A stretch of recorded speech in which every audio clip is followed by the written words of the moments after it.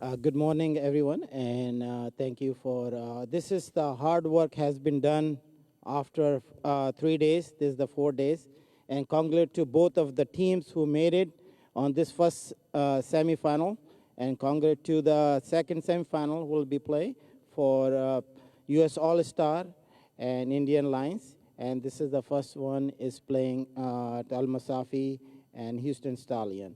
And we've been watching the games from all 3 days. Cricket, love cricket, and everybody watching it. And thank you for all your participating and watching. Let them tell them everyone to watch this U.S. Open. Some down pitch side is that Al Masafi, they've won the toss and they've decided to take a bowl.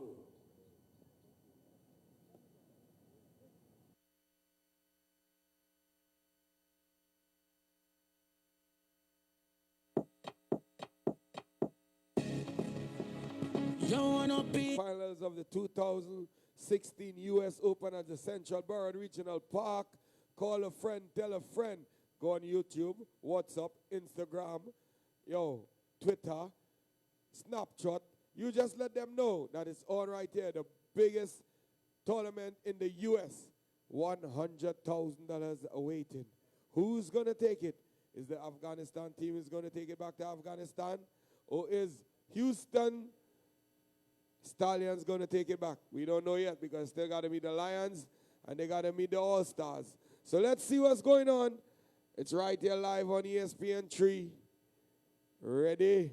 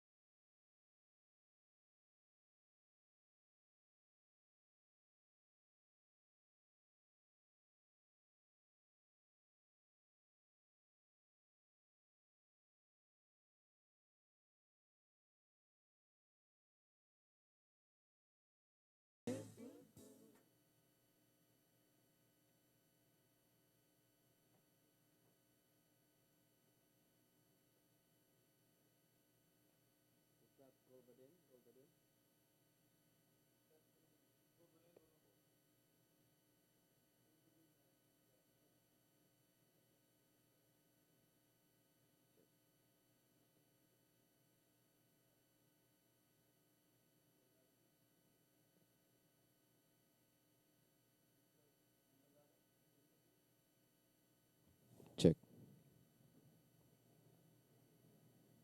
If he takes on Houston Stallion, the news is Al Masafi have won the toss. And they'll be bowling first. So here's the first ball. Gulbuddin Naib will come into bowl to Chima. Chima cuts and gets a single down to wide third man. So things are on the way here for Stallions. They're off and running here. Rizwan Chima, he gets off the mark at one.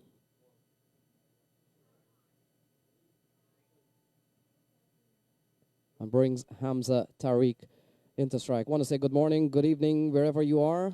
Thanks for tuning in to the U.S. Cricket Open on ESPN 3. With the news, Stallions are playing Al Masafi. And the two opening batsmen out in the middle, Hamza Tariq and Rizwan Chima, both out of Canada. With the news, Al Masafi have won the toss and they're deciding to bowl first. Al Masafi, the Afghan team, they have done well in this tournament. They're in the last four. and they found their way into the semi-final. We'll provide you a lot more information as the game progresses. But right now, Hamza Tariq, he's yet to get off the mark. He's only faced the ball and play and a miss. So a good start here from Gulbuddin Naib, Afghan International. We're coming to you live from Central Broward Regional Park, and that's located in South Florida in Broward County. And pretty soon I'll be joined by my co-commentator, Ivor Henry, and also the likes of Vinod, and later on, Mr. Jafar Shah.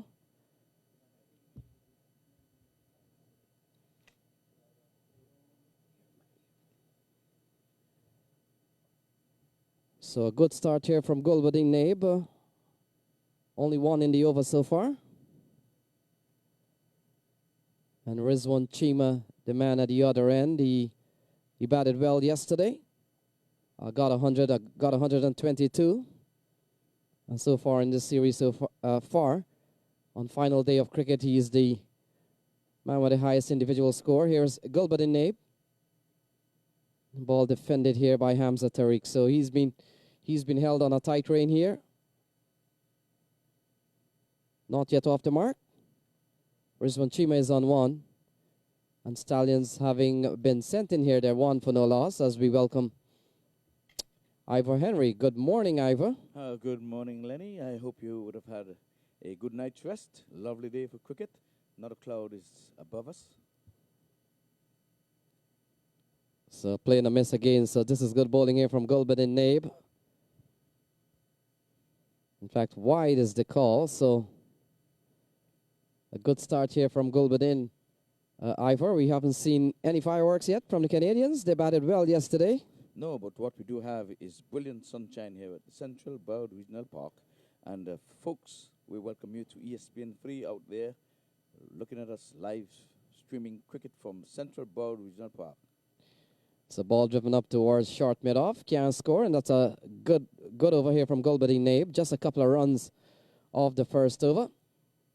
Chima is on one. Tariq is yet to get off the mark, and that's the latest score here at CBRP. Yes, and we would have left here last evening, getting on into morning, and now we're here back on duty, and we welcome all who has graced us with their presence in this stadium so far. A pleasant good morning to you, and for the churchgoers, hope you would have gone, and now you'll have a good seat behind your telly to look at us streaming live on ESPN for those of you who are not in the vicinity of the Central Broward Regional Park, right here in the beautiful city of Lauderhill. Well, we're about to see the second over being bowled. It's going to be... We're trying to get the name of the second bowler. Amin? So Yamin Ahmadzai has been given the ball. He starts from the bottom end of the ground. That's the man with the long run that I gave you the quiz last night. If he's running 33 yards, and if he bowls 24 balls, how far has he run? Oh, ball outside the off stump. Called a wide here from, it appears to be Muhammad Ali, the umpire. And like we like to say, that delivery did not give the batter an equal opportunity to score or to play. So Rizwan Chima. Let's look at the 6 tallies in this tournament. Brian Gale with 15 sixes in this tournament. Farhat with 13 sixes. Wasim Shazad with 11. Negi with 11.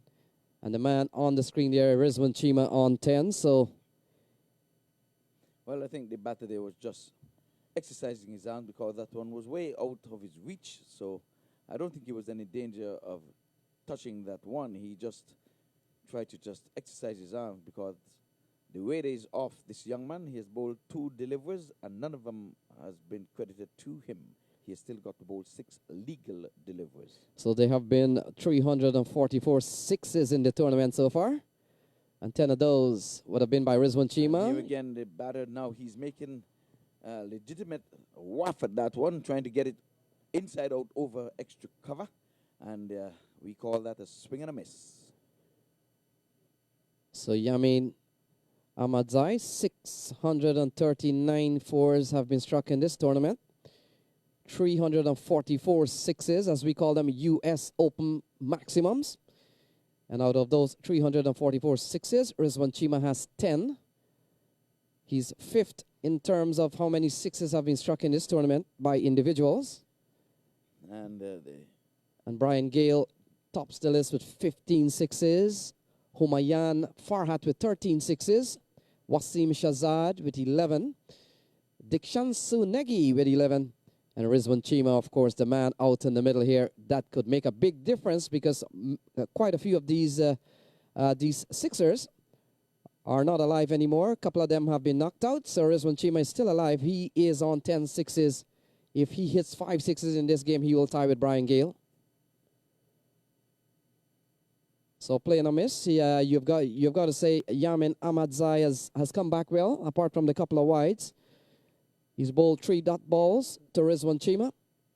And as we have seen in this series, Ivor, and certainly anytime you play against Rizwan Chima, he's not an easy batsman to contain. So you got to give Yamin Ahmadzai some bit of credit here.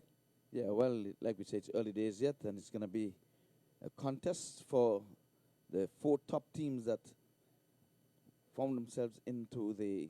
Well, there we go. First 4 of the morning. It goes bouncing away. Backward point of the batter, Rizwan Chima. He gets off with a boundary. In fact, he goes up to 5 and brings the 640th 4 of the series. Yes, and like I was saying, the 4 top teams have found themselves on the Sunday morning and into the afternoon, and perhaps the 2 best teams going to find themselves into the finals. And my understanding is that finals going to be having some $50,000 along the way. Each match would have a player of the game. So Yamin continues, runs away from the pavilion end, and Chima comes down the track, misses the ball. So this is good bowling here from Ahmadzai. Not easy to contain a batsman the caliber Rizwan Chima. He's played 33 one-day international, 16 T20 international, and at the ODI level, his highest would have been 94 with 6 50s at the ODI level. Yeah, well, the bowler, he's found his range. He's getting the ball to move away from the batter. There's a slip in place for any outside edge, which would perhaps elude the wicketkeeper. So Chima with 122 just yesterday. Oh, that's a big shot. It's in the air. Doesn't time it well. Field is running back. They will not get there. And Chima will pick up a couple of runs. So ball in the air for a while, but running back is always very difficult to catch a cricket ball, Ivor. And he gets a couple. He goes up to 7 as 10 for none. Yes, well, we are still in the power play, and only 2 men can be outside of the 30-yard circle. So what would have happened there is that there was some good acreage beyond the extra cover fielder. And the batter would, of course, for 2 in the meantime.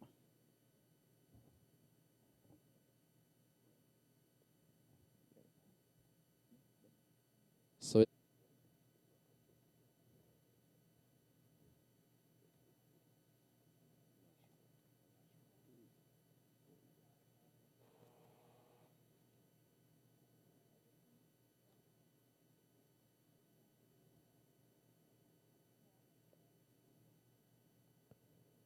So we could see our first bowling change. Gulbuddin Naib, his first over cost him 2.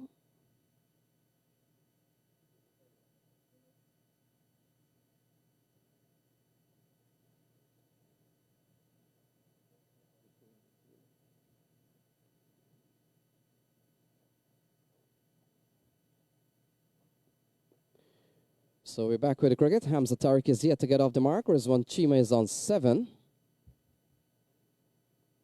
And we are in the third over here in the first semi-final. Al Masafi takes on Houston Stallions. And certainly want to say good morning to all those tuned into the broadcast. So ball pulled away. Nice looking shot here from Hamza Tariq, and he runs away for 4. So he's finally off the mark with a boundary. Good looking shot. Short ball and pulled away. Yeah, deliberate shot over the infield. Was very positive in that, but it was a ranking long hop. got the treatment it deserves. We're still in the power play, so you can afford to get the ball over the infield and you will be justly rewarded.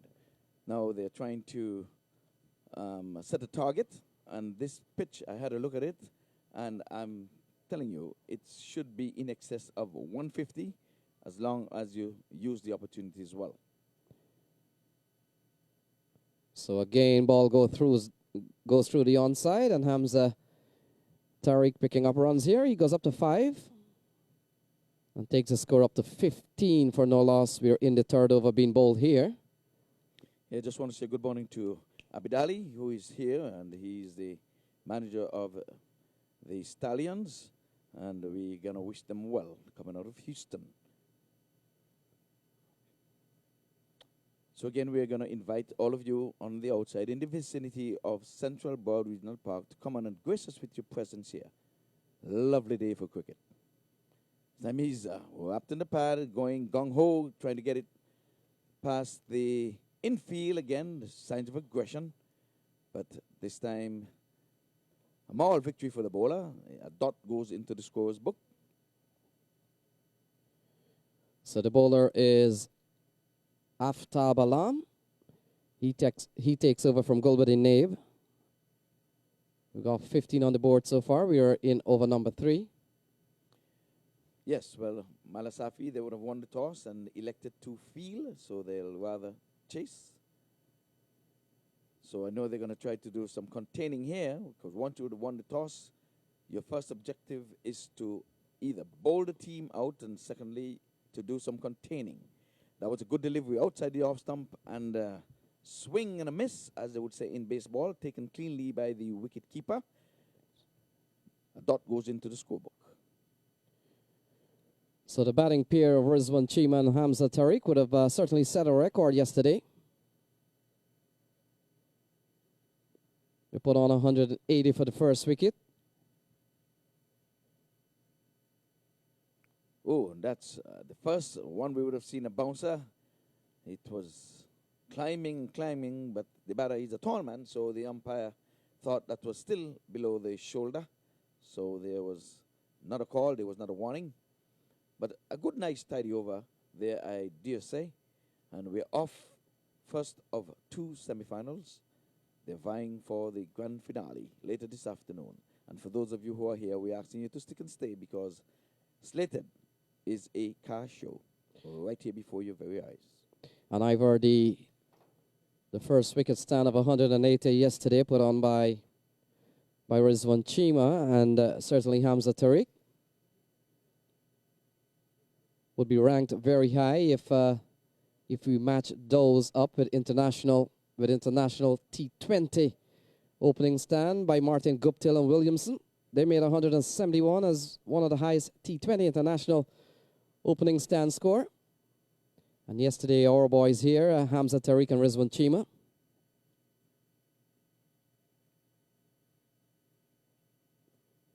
They were able to better that by some 9 runs. So the pair out here has brought into the semi-final quite a bit of repetition as posting one of the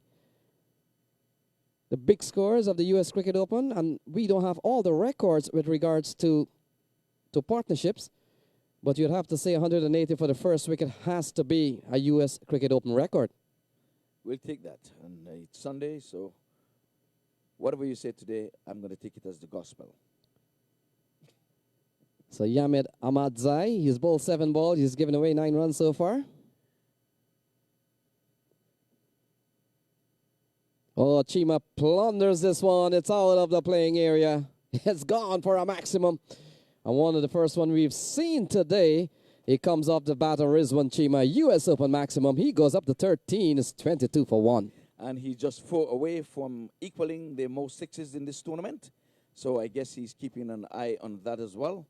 So records are being built and tumbling here at the Central Broward Regional Park. This year we started with 16 teams. We are down to 4 on the 4th day of this encounter.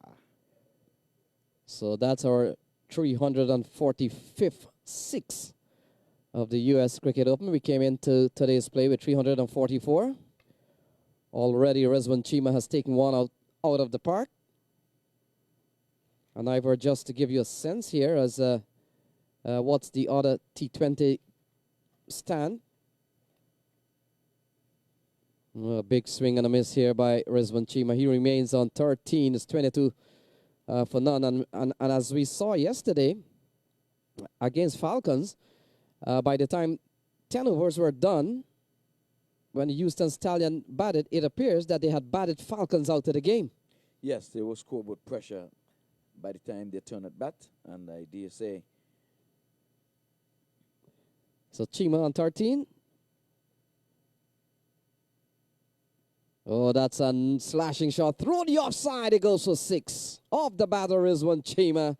He goes up to 19 off 13 balls. It's 28 without loss. A lovely square drive for 6. Oh, my goodness. What beauty.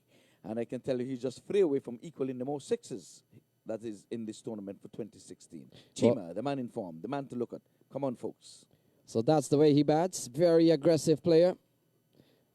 And I dare to say that the Afghan boys are certainly playing into the strength of Rizwan Chima. Yes, because he threw even the kitchen sink at that one and got maximum. He was rewarded with maximum. Let's watch and wait for this one. And he's going straight high on and the hard ground. again down the ground. 1 bounce over the ropes for 4. That's the man in form. You're going up into his half, and Al-Masafi, they're being made to pay here from the willow of Chima.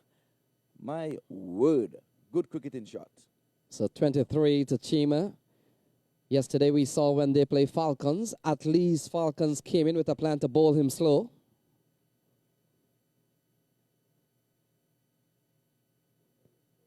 Oh, that's just straight on the ground. That's another 4 off the batter is one Chima. This time flat along the track. And it goes away for 4. He has gone quickly up to 27 in just 15 balls. It's 36 without loss in 4. Well, the stroke of the day. There's nothing better than a straight drive, hitting it straight back the ball past the bowler, as if to say, go back from whence you came. But Chima seems to be a man in form in this format. I don't know the longer formats, but I say he's one for the taking. Viewers all around the world are listening and watching ESPN. Chima, I would believe that some of the scouts are out and they are looking. So Rizwan Chima goes up to 27. Hamza Tariq is on 6. And so far, it's 36 for none. They're going at 9 and over. As Aftab Alam will be the man to continue. So Al Masafi, they've brought on the Pacers today. And so far, certainly not effective against Rizwan Chima. He's gone quickly up to 27.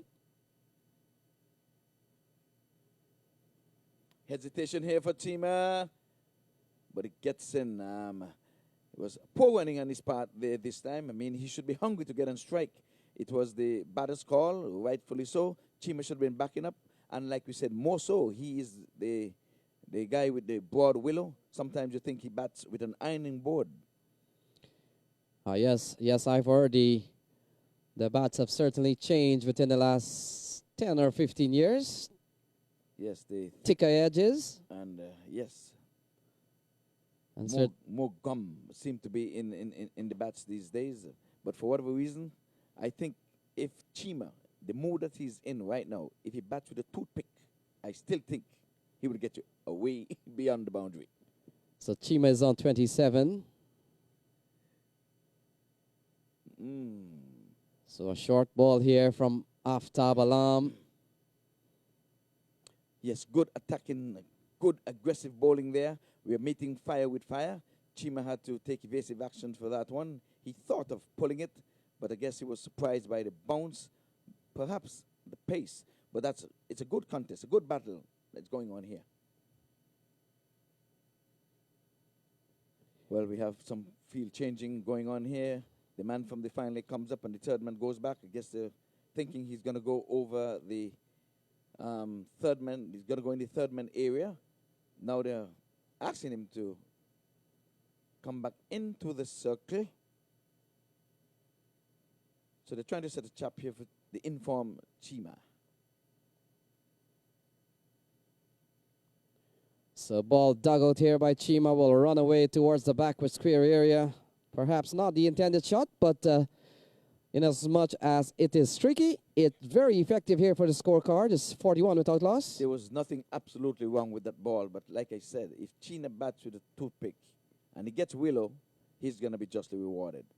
He was so upset with himself not getting to the 150 mark yesterday. That's a man with ambition. So this time he's trying to better his 100 yesterday. This is a big game.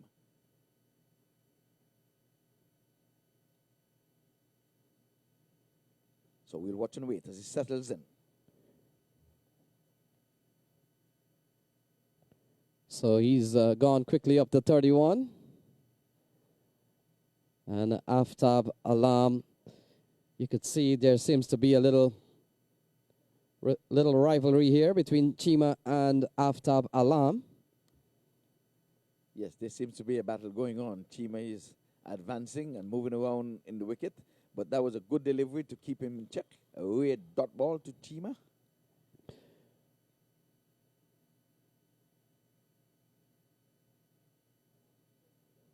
I think he would have been warned that this may very well be his final warning. There's a loud appeal, but I don't think that he was anywhere close to that delivery. He was nowhere with the bat.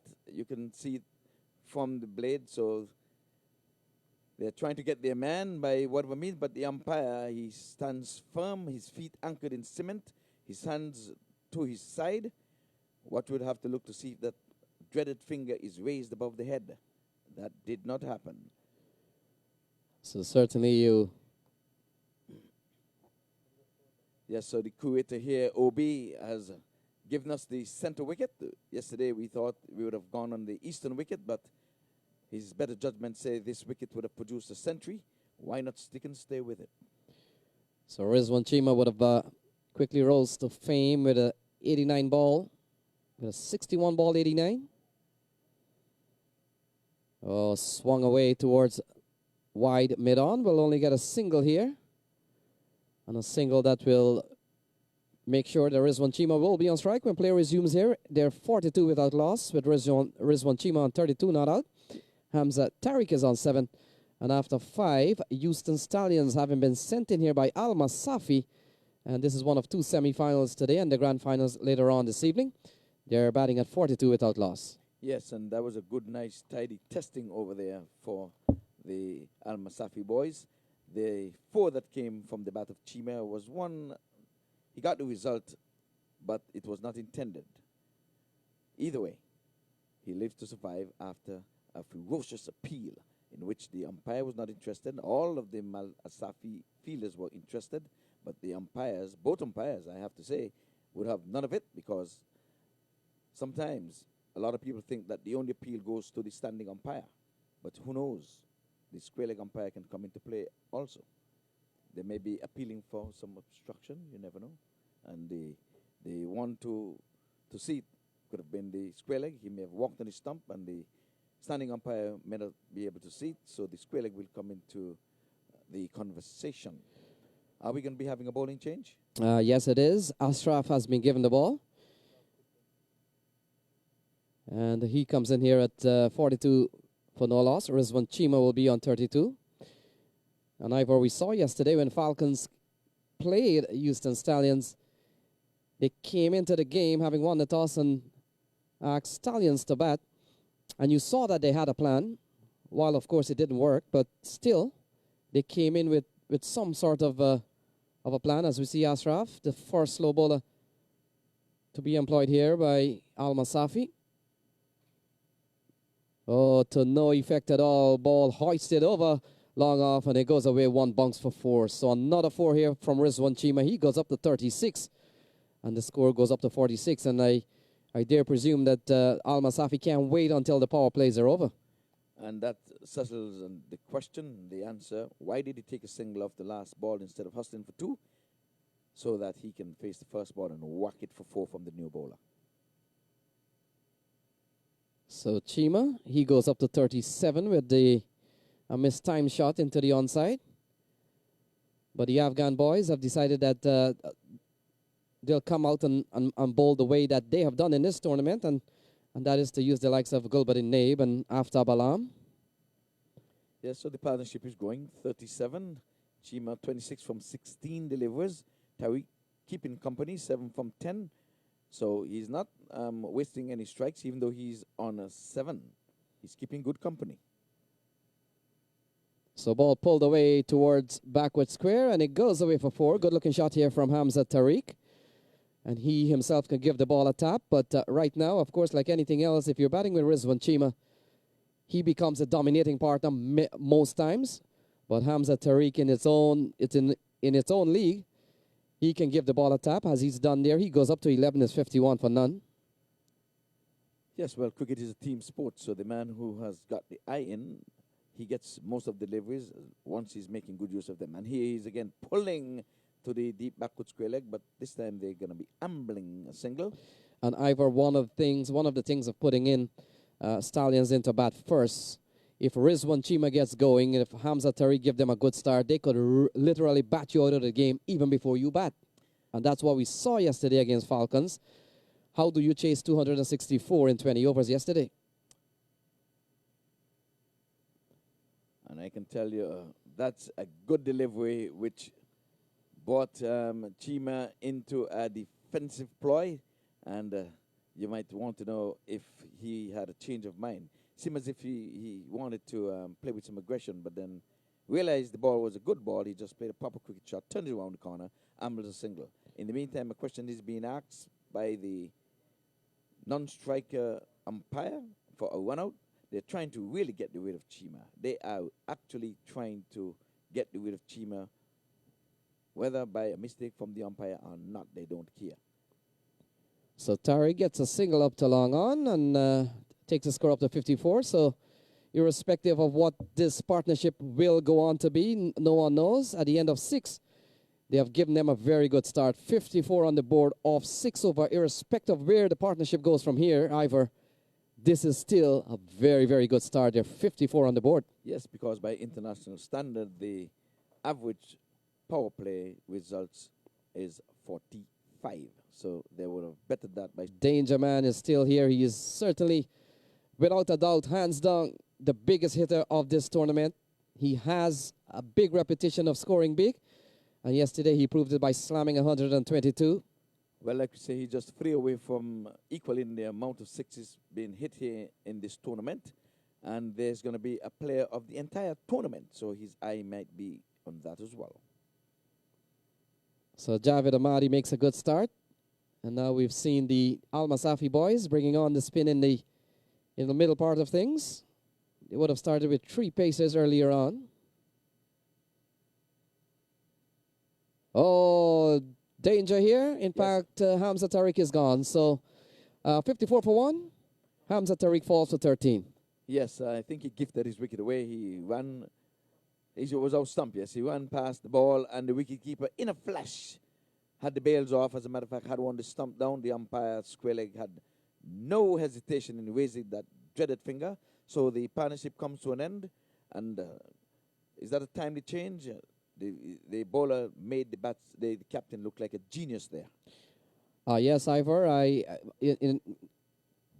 Personally, I felt that that yesterday when we saw Falcons play, they had a good plan here against Stallions, at least for Chima and Hamza Tariq. They bowled slow to them first, and we were going to be an easy customer.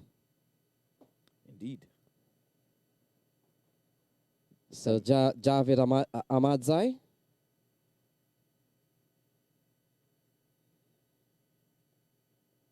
Continues here, is 54 for 1. And ball pulled away through square leg. Fielder comes around, makes a good stop, and Perkins is on his way. He's on 1. And brings the big man, the big hitter, Rizwan Chima on 37. It's 55 for 1. Yes, so he gets off the mark doing a little house cleaning. He pulled out the broom and went to sweeping. So 80 balls still remaining here. Javed Ahmadi. Very tidy over so far. Oh, he has only given up a single there to William Perkins. And of course, he has struck once already. Oh, tucked away towards long on. We'll only get a single. There is one Chima. And he brings William Perkins back into strike. He has 56 for 1. 79 balls remaining here, Ivor. So still a lot of balls left in a T20 match here for their innings. And Stallions having been sent in here by Al Masafi. And here it is, the boom is pulled out again, and Perkins, like we said, he's doing house cleaning, and he is sweeping. So his 2 scoring shots were singles, so he's underway. He has joined the party. This partnership, in its infancy, is on 3. So the latest score at the Central Broward Regional Park, it's 57-1. And Ivor, when you look at the matchup here between Houston Stallions and Al Masafi, they would have played in the round robin playoff during their group stage. It was the Houston Stallions who got the better of Al Masafi a couple of days ago. So coming into this match, that has to count for something. And in fact, you look at the Stallions' record; they haven't lost a match in this series yet, and they have beaten the Indian Lions, and the Indian Lions, of course, are a power-packed team. So coming into this semifinal here, Houston Stallions they could be very, very confident that William Perkins settles and waits for Ashraf. This time he's playing this one deliberately in the air, away from the bowler, to get Chima on strike. So essentially, they come into this semifinal here between the two with a better record in terms of having played each other from a head-to-head clash. And Al Masafi was the loser a couple of days ago. Very interesting. Well, twin spin operating, and Chima gets a lollipop, a full toss, and he hits it high into the sky and into the Eastern Pavilion, right into the seats.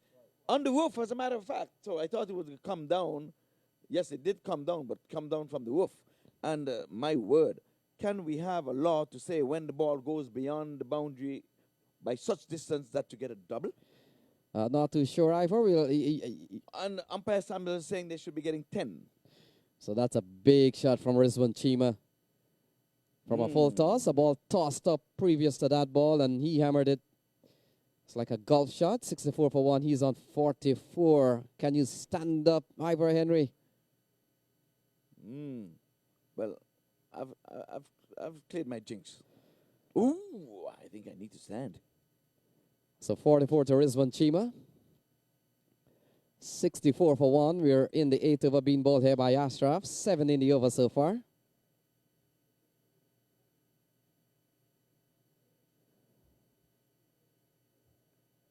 Oh, that's a big shot, and that's 50 for Rizwan Chima. Chima gets another 50 here of just 28 ball. Rizwan Chima 50 not out. It's 70 for 1.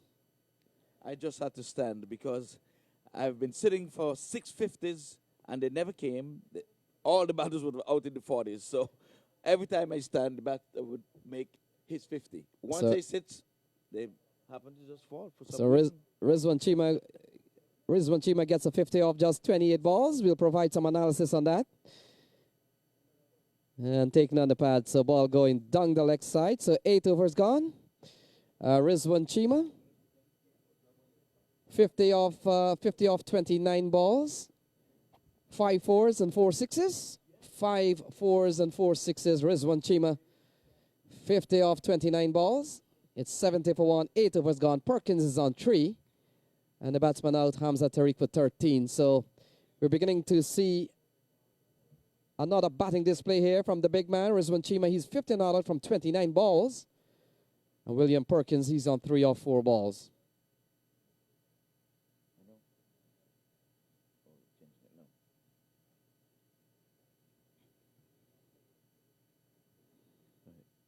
And he's sweeping again, but seems like he's sweeping from outside the off stump. He's still not moved. You've got to get the ball hitting the batsman between wicket and wicket. And he was definitely out from our advantage point. He's struck him outside the off stump. But again, he's doing house cleaning. He's sweeping. Let's watch and wait. And this time again, he's taking one from the offside and is getting an inside edge. Goes to the short fine leg. He rolls away for a single. So Perkins showing signs of aggression there. And that brings the hard-hitting Chima on strike. He is on 56 from 28 deliveries. Can we see a back-to-back century? Well, we're still a long way from that. Well, it may not be so far as I think, because here he goes high and hard through midweek for yet another US Open maximum. I'm telling you, this guy is a joy to watch. And for you who are following it on ESPN, I know that you're not going to be moving from behind your gadget, whatever you're looking at it from. I can tell you, this guy Chima, looking to be the man of the tournament. But before we get to that, he has got to get past Al-Masafi as the bowler changes around the wicket, and this time he's playing this one nicely off his pad. Beautifully stopped there by the man at the mid-wicket position. And the batters, in the meantime, would have crossed for one, brings Perkins back and strike. He is on 4. So Perkins is on 4, Chima is on 57, is 78 for 1. Oh, this time Perkins gets into the yak. He takes one out of the Broward.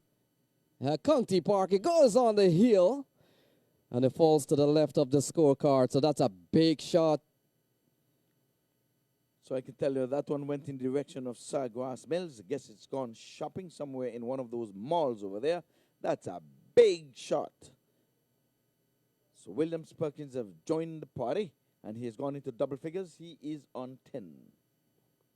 So he's gone quickly up to 10. We've seen 6 sixes in this inning so far, and that's a huge one here. And just to give people an idea how far that ball went, it went till upon the hill where the scoreboard is at CBRP. And so Perkins is on 10, 57 to Rizwan Chima. It's 84 for 1. Well, I had a chit-chat with Perkins briefly, and he says everything is a go, and he seems hungry. I looked at him in the warm-up, and I'm telling you, this time he's driving up to Long On. He's just going to stroll the single. It's a relaxing single. So, good comeback there by the bowler. We would say moral victory there for him, having been hit for that big maximum out of here. And as, what's his name there? It's out of here. So it's 85 for 1. Perkins is on 11. Rizwan Chima is on 57. 57 from 31. Perkins is 11 from 8. It's 85 for 1. 9 guns, 66 balls remaining. And we'll have to wait and see. Could be a bowling change here. 2 for 24 so far from Ashraf. He has been given a relief. And it could be Gulbuddin Naib, Yes, who has been brought back into the attack here. Gulbuddin, if it's him, his first over cost him 2 runs, so he was quite economical. Number 11 has been given the ball. And so Gulbuddin Naib comes into the attack here with 85 on the board. Yes, I was saying Danny Morrison is the name that eluded me for a minute. It's out of here. That's one of his favorite expressions when 6 is hit. So they're motoring along. The scoreboard is reading 85 for 1. So Gulbuddin Naib, his first over cost him 2. So he comes back into the attack from the bottom of the ground. Would have started the game actually bowling from the top end, and it's 85 for 1.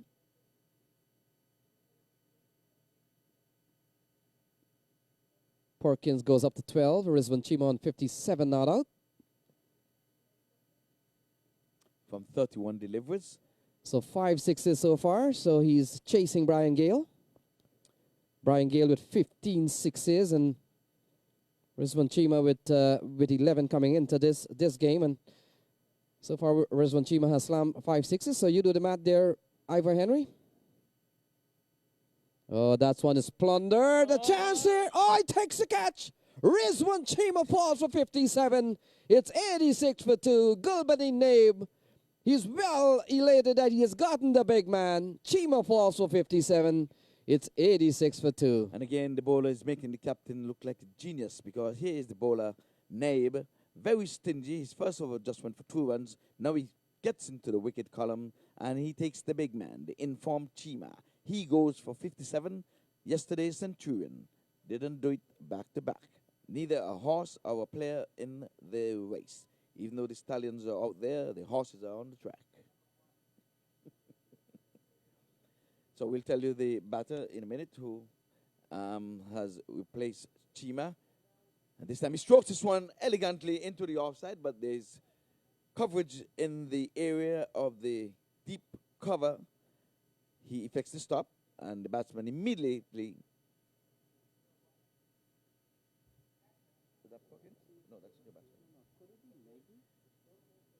Well, we're still looking to see who is the batter. But anyway, that's a good, nice, elegant stroke there. He gets off the mark right away.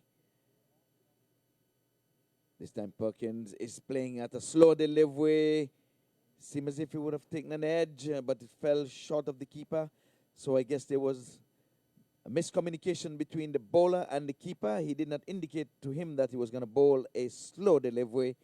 So he took the pace off. Perkins groped at it, took an edge, but it died on the wicket keeper. Could we give Perkins the benefit of the doubt and say he probably loosened the grip? We would never know.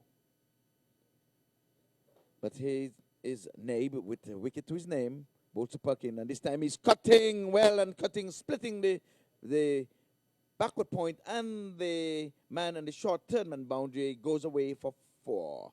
So Perkins has hit a 6, and now he has hit a 4.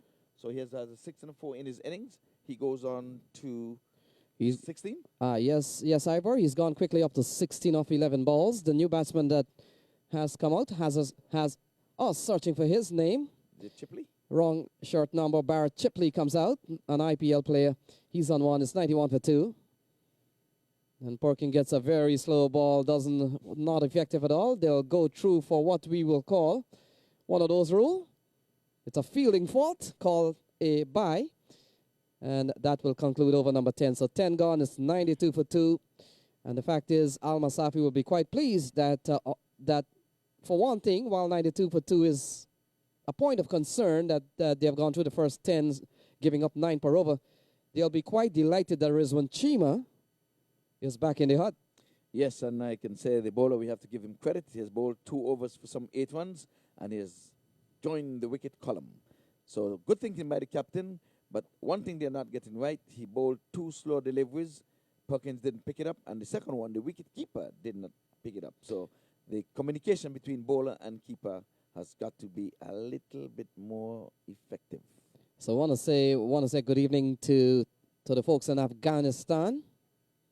As we heard from their manager, Mr. Engineer, they will be tuning into the broadcast. It's prime time in Afghanistan. In fact, it is about 7:30 in the afternoon. As Ashraf comes back here for his second spell, and he's bowled.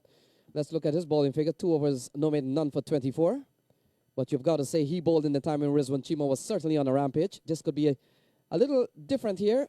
Not to say that Perkins can't strike the ball. And Perkins goes through the onside flat along the ground. We'll only get a single as Barrett Chipley comes back into strike. So powerful put together Houston Stallions team. Barrett Chipley would have played at the IPL level quite briefly and been a part of the squads in the early days and early years of IPL. It's 93 for 2. William Perkins is on 17, 59 balls remaining. The ball cut away. Oh, what a stop here from the man. A backward point. Some of your best fielders are positioned there. And that's a very good field. He saved a couple of runs at least. Ball could have gone away for 4 too. And Barrett Chipley remains on one. It's 93 for 2. Yeah, that's a busy area. Busy. The point area, your best fielder should be right there. So we want to say special good morning to some folks in New York, the likes of Debo Sankar, Derek Kalicharan, and certainly Sam Supasa. They're logged into the broadcast, and they said everything is good and clear. 93 for 2. Well, and like we said, Perkins has pulled out the boom so many times, so I think that he is eyeing a big one. So the minute you start sweeping that early in your innings, it means that you are seeing the ball. In the meantime, the batter would have worked this one off the legs into the onside, ambles through for a single, take the score on to 94 for 2. Perkins on 17, Chipley on 2. That's the latest score here at the Central Bound Regional Park. So there's a projection of 175, 176. Perkins picks it up, hits it over mid-wicket, outside the off stump. And it goes for another U.S. Open maximum, this time off the bat of William Perkins. He goes up to 23, and that brings up the 100 here for Houston Stallion. They're 100 for 2. And again, he pulled out the boom, and that's what I'm saying. He's been working for him. He's been effective, and he's looking good playing it. And Brian Lara always asks the batters to employ the sweep. That's what he did with Shane Warne and Molita Van. Those guys just couldn't bowl to Lara because Used to pull out the boom, meet them halfway down the wicket, turn it around. It's a safe shot to play once you can roll the wrist. Perkins is showing the schoolboys on TV and those who are here how to pull out the sweep shot. So it's 100 for 2 off 11 overs. Chipley is on 2. William Perkins is on 23 off 15 balls. I think they're coached for another double. We would have seen them yesterday getting over the double. Well, the projection is showing 182. They'll get past that if they can bat the 20 overs. I can tell you that. My predictions have been 99.9% right. You told me that, and I told you yesterday was the Sabbath, so I'm going to say I take that as gospel as well. So Gulbadin Naib has been relieved here. So he's bowled 2 overs, no maiden 1 for 8 as number 14 has been given the ball. And Javed Ahmadi, he comes back for his second spell. So the Afghan boys are moving around their bowlers quite a bit. Javed Ahmadi, 2 overs, no maiden 1 for 18. He got the wicket of Hamza Tariq. Yes, he's using the Darren Ganga ploy. He used to do that. Shift around his bowlers before you know, the overs are over. So Chipley, the man on strike. Oh, he gets a good ball, a chance here. The truck comes in a direct hit, and he's gone. So William Perkins goes. It's 100 for 3. Perkins run out for 23. What a throw from the man, a short backward point. We'll have to pick him up, but a direct throw. And William Perkins on his bicycle is 23. He falls for 23. It's 100 for 3. It's a busy area. It's a busy area. Your best fielders must be in that area. It must be in that area. Perkins was not mindful of that. He was trying to get on strike because there was a non-existent single, and it was not called a foul. It's a pity to see the demise of Perkins. He was looking well. He was looking good while he was there. He struck 23 from 16, but much to the delight of the Al Masafi team.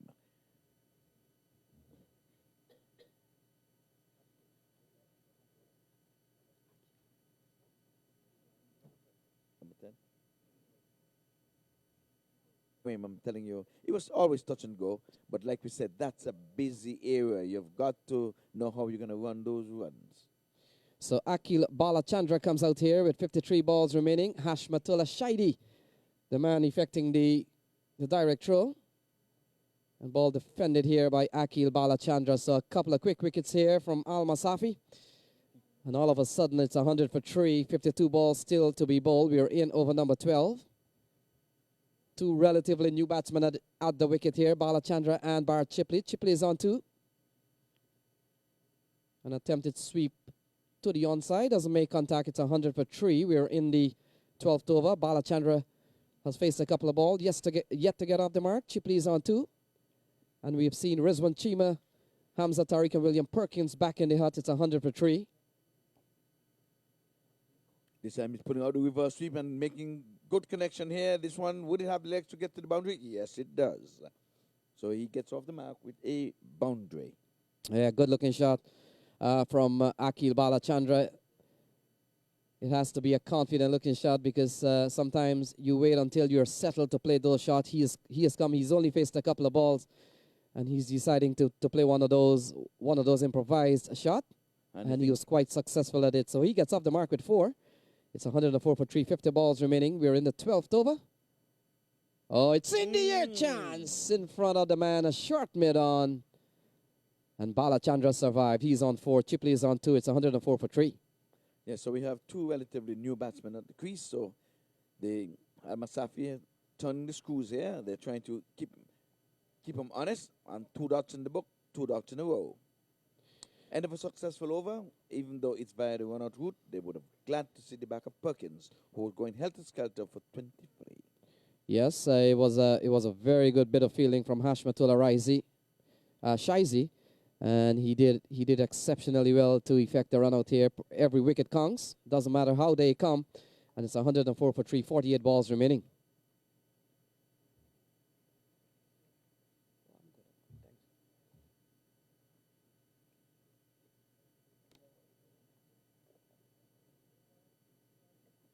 So again, we're going to welcome all the viewers who are following on ESPN. And for those who are in the stadium, we're going to be welcoming you as well. We say happy Sunday. It's Sunday here in all of Broward County. And this is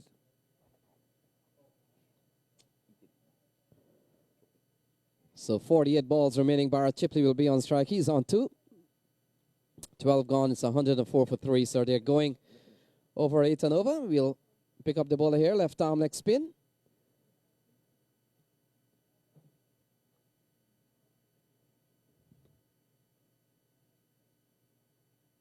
So Stallions, they're 105 for 3. Akil Balachandra on 4. Barrett Chipley on 3. And we're into over number 13. So a couple more runs in this over so far. And both Balachandra and Barrett Chipley, 2 new batsmen. We've seen the departure of Rizwan Chima for 57 off just 32 balls. And since then, things have gone certainly Alma Safi's way. A lot more conventional and traditional play here. Balls along the ground. And I would venture to think here Alma Safi will be quite happy that the batsmen are beginning to take runs on the interior along the carpet as against balls sailing out of the stadium here, as we saw when Rizwan Chima was at the crease. So it appears to be 108 for 3, 44 balls remaining. Chipley is on 4. Akil is on 6. And Sharafuddin Ashraf, so far, he's bowled 3.4, none for 36. He will finish up here. Oh, there's a big chance of a stump out. And in fact, the wicketkeeper might have fumbled the ball there, allowing the batsman to get back.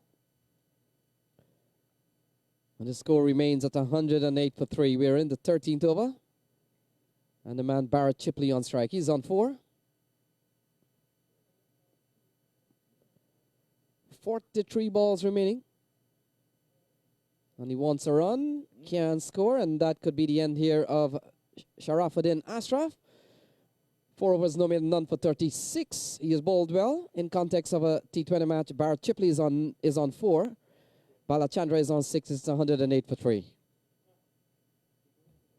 Overs, no made, 1 for 22.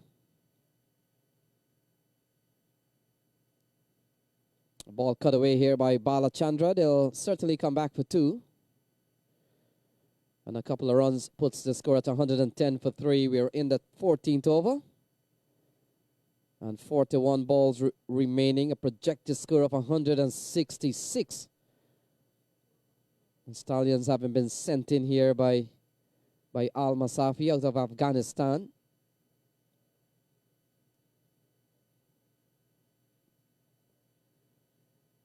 So things moving along here by singles from the Houston Stallions.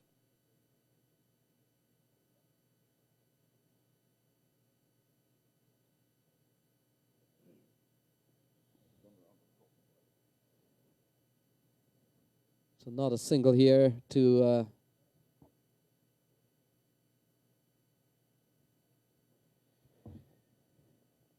Chipley. Chipley is on 5. Balachandra is on 9. We've got 39 balls remaining as we welcome back Ivor Henry, who was taking a short break as this ball, it has eluded the man, a deep square leg. And what should have been perhaps just a single there, Ivor Henry has gone on to be a 4. Balachandra goes up to 13. Lucky 13 he is, and I dare say that was a bad miss. Indeed, that was a bad miss.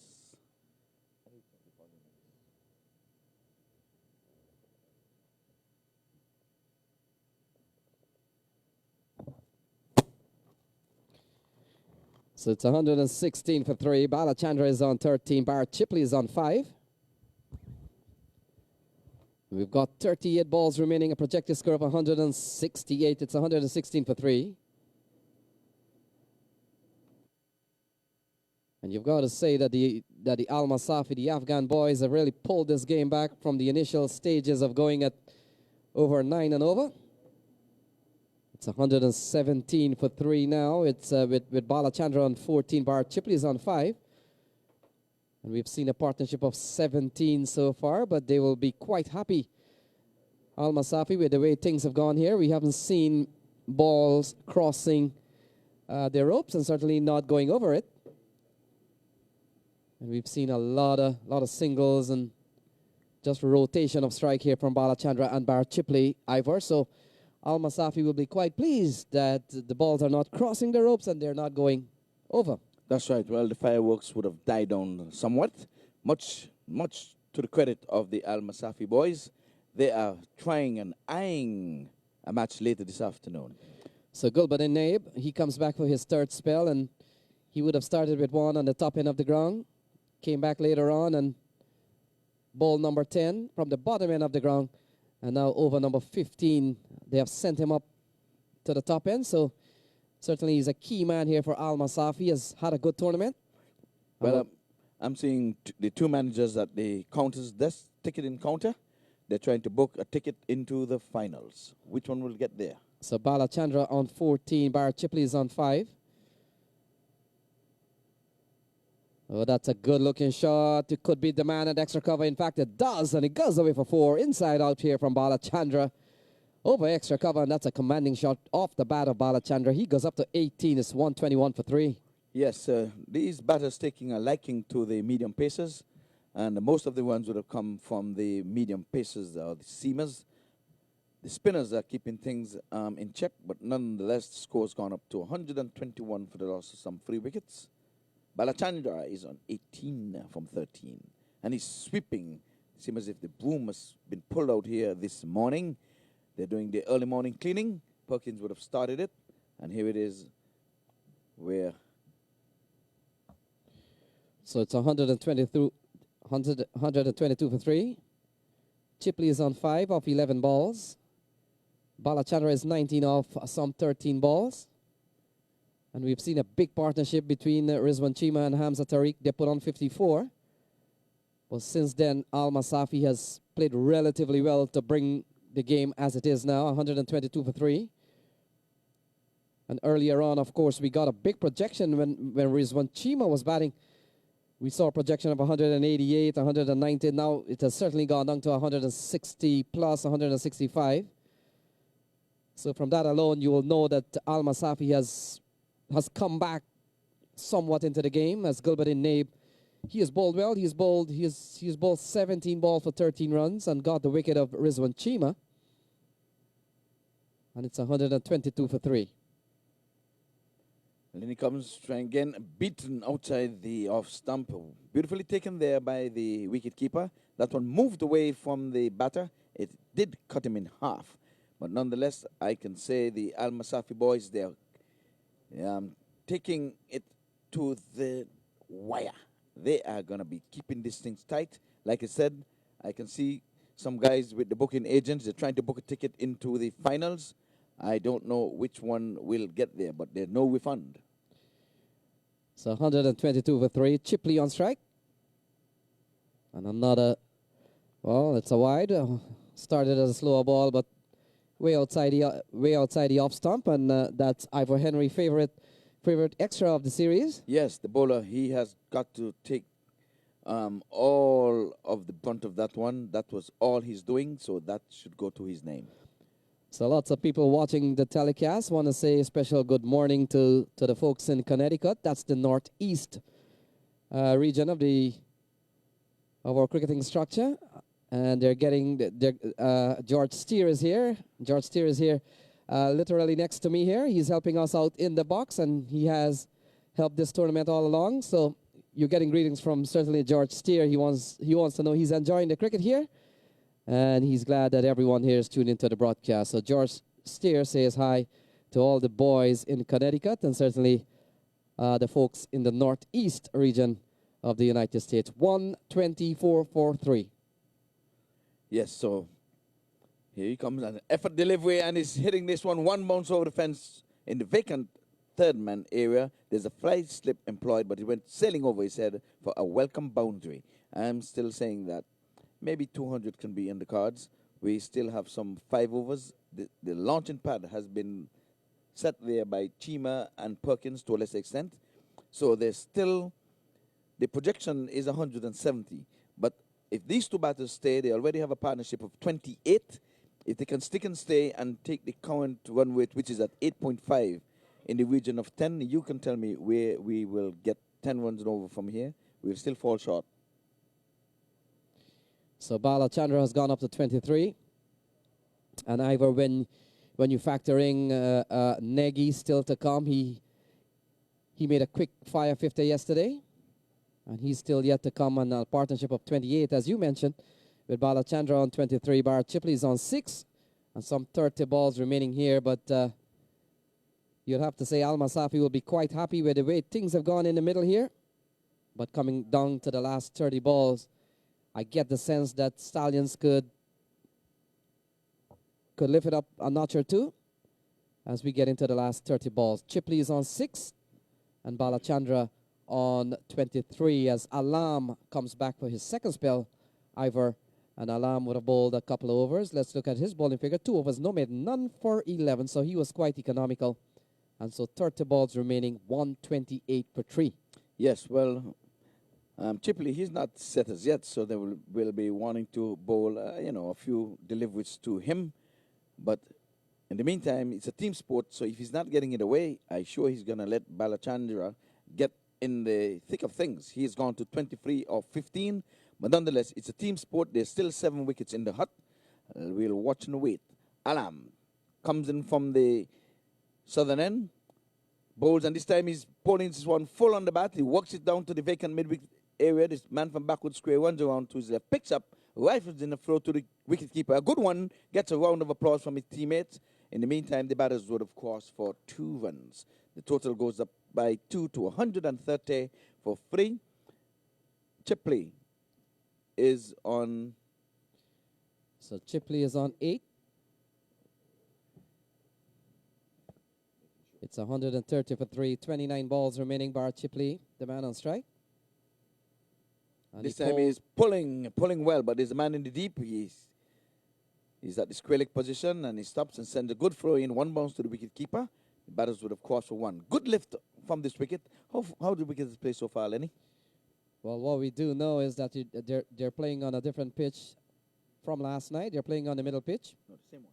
In fact, the same one as we've been told. One thing for sure is very glossy. And as you mentioned, Ivor, you could have combed your hair. Needed no mirror. Needed no mirror. Could have shaved. So it's 131 for 3. 28 balls remaining. Bala Chandra on 23, the man on strike. Yes, and this time it's a good delivery. A Yorker dug out there by Bala Chandra.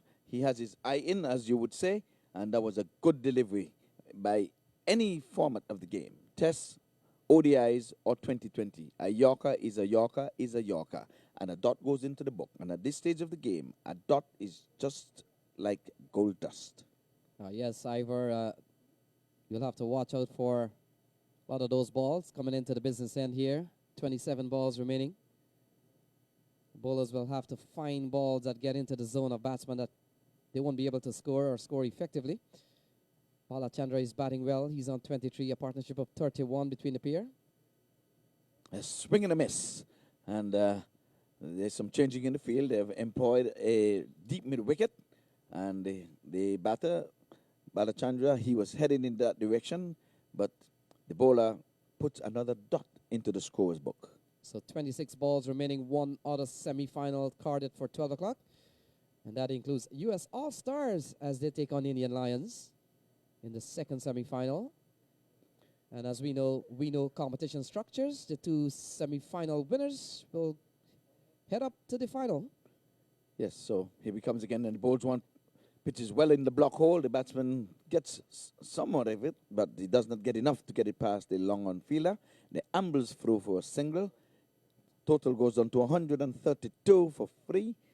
Bala Chandra is on 24. Chipley is on 9. They're trying to set a target score, one which they hope to defend, one which the Al Masafi boys hope to overtake. They would have won the toss earlier this morning and elected to field. So they're trying to contain. They're trying to take wickets. So far, they've got 3 in the wicket column. But I think they've been doing well ever since the departure of the hard-hitting. Rizwan Chima, he fell for 57. And Still got him on. And William Perkins would have chipped in with some 23 runs. So Alam from the pavilion end runs in again to bowl to Chipley. And Chipley is getting a wayward ball. What a stop there from the wicketkeeper. A very acrobatic stop. And wanting one, and in fact a wide is called from the umpire. So 133 for 3, 25 balls still to be bowled in a very acrobatic. 30-yard circle at all times. So as the batter settles, that is Chipley, and he'll be So Yamin Ahmadzai comes into the attack, the man who runs from 33 yards. And if he bowls 3 over, he'll be running 18 times 33 yards, 594 yards. And if he bowls his full spell, well, you do the math, 24 times 33 off a very long run, and he runs in here to bowl to Chipley. Chipley is on 10. So 133 for 4. And the ball straight into the man at short mid-wicket. That's the end of Chipley. He falls for 10. It's 134 for 4. So another wicket goes down here for Houston Stallions. They're batting at 134 for 4. 23 balls remaining. Yes, like I said, the Al Masafi boys would have employed a trap, and the trap has fly, as we would say in local parlance. They gave him a single in the last over to get him on strike in the dying moments of this innings. And the very first delivery, he just gave catching practice to the man there in the mid-wicket region. So Dikshanshu Negi comes out to the middle. Number 18 is 134 for 4. 23 balls remaining.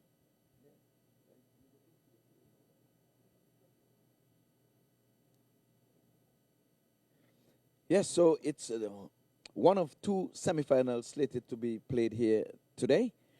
Winner stays, the loser go home. And the car show is slated to be had later this afternoon. So for you viewers who are streaming, following us on stream, ESPN, you'll be seeing a car show later this afternoon. And for those in the stand here, well, you're well seated. So the new batsman is? Dikshanshu Negi. He comes in here at 134 for 4.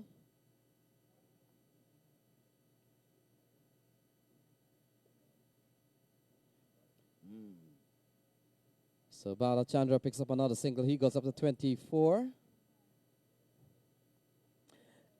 And I think, you know what would have happened there? Like we said, there was a chance of a run out, but the fielder who should have been backing up, I don't think that he moved around fast enough. So the man in the point, like we said, that's a busy area. But you have to be mindful. You always have to have a man backing up because the ball is going to be going in that general area more often than not when you're playing with soft hands. So the person on the onside would have to always be on the alert for the overthrows. So in the meantime, the batter would have gone for 1. Get off the mark. He is on 1. Neji, that's it.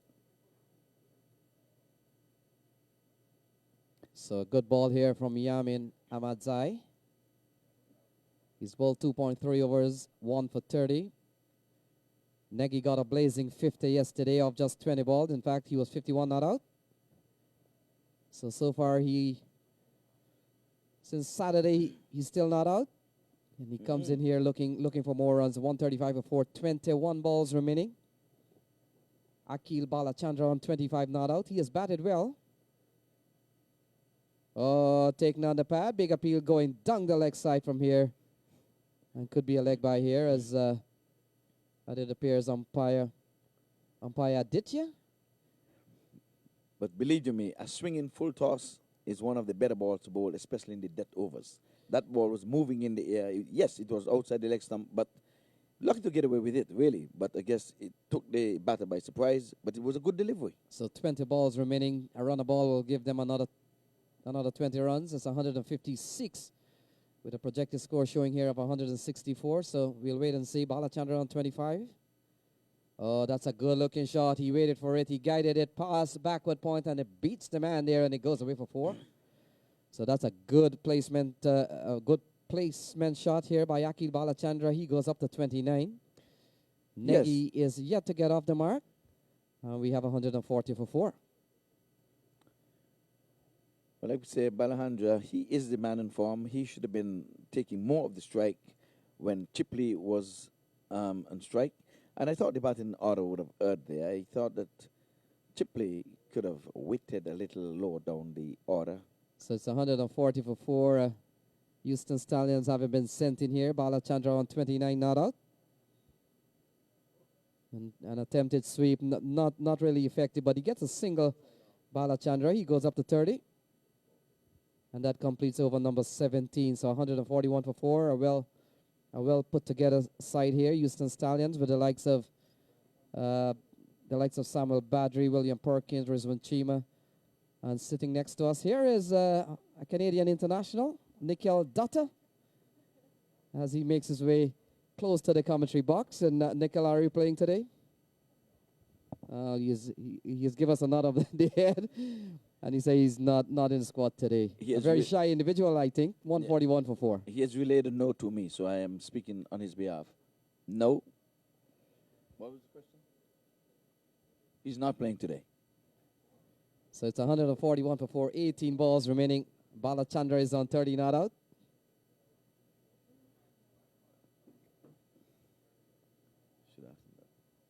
And Gulbadin Naib will finish up here. His 3 overs has cost him 19 runs. And he's bowling at 1 for 19 in 3 overs.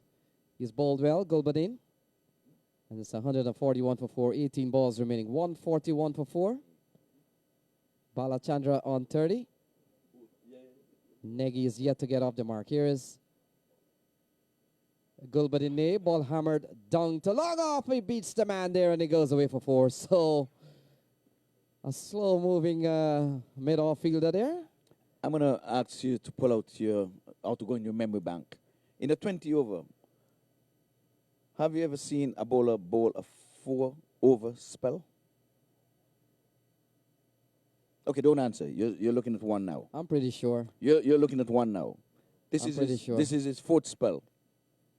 He would have bowled 1 over for his first spell, 1 over for his second spell, 1 over for his third spell, and now he's into his 4th spell. You're right on that. Balachandra on 34. Another good ball here from Gulbadin Naib. And in fact, I'll tell you how Gulbadin sorted out his 4-over spell. So he bowled over number 1.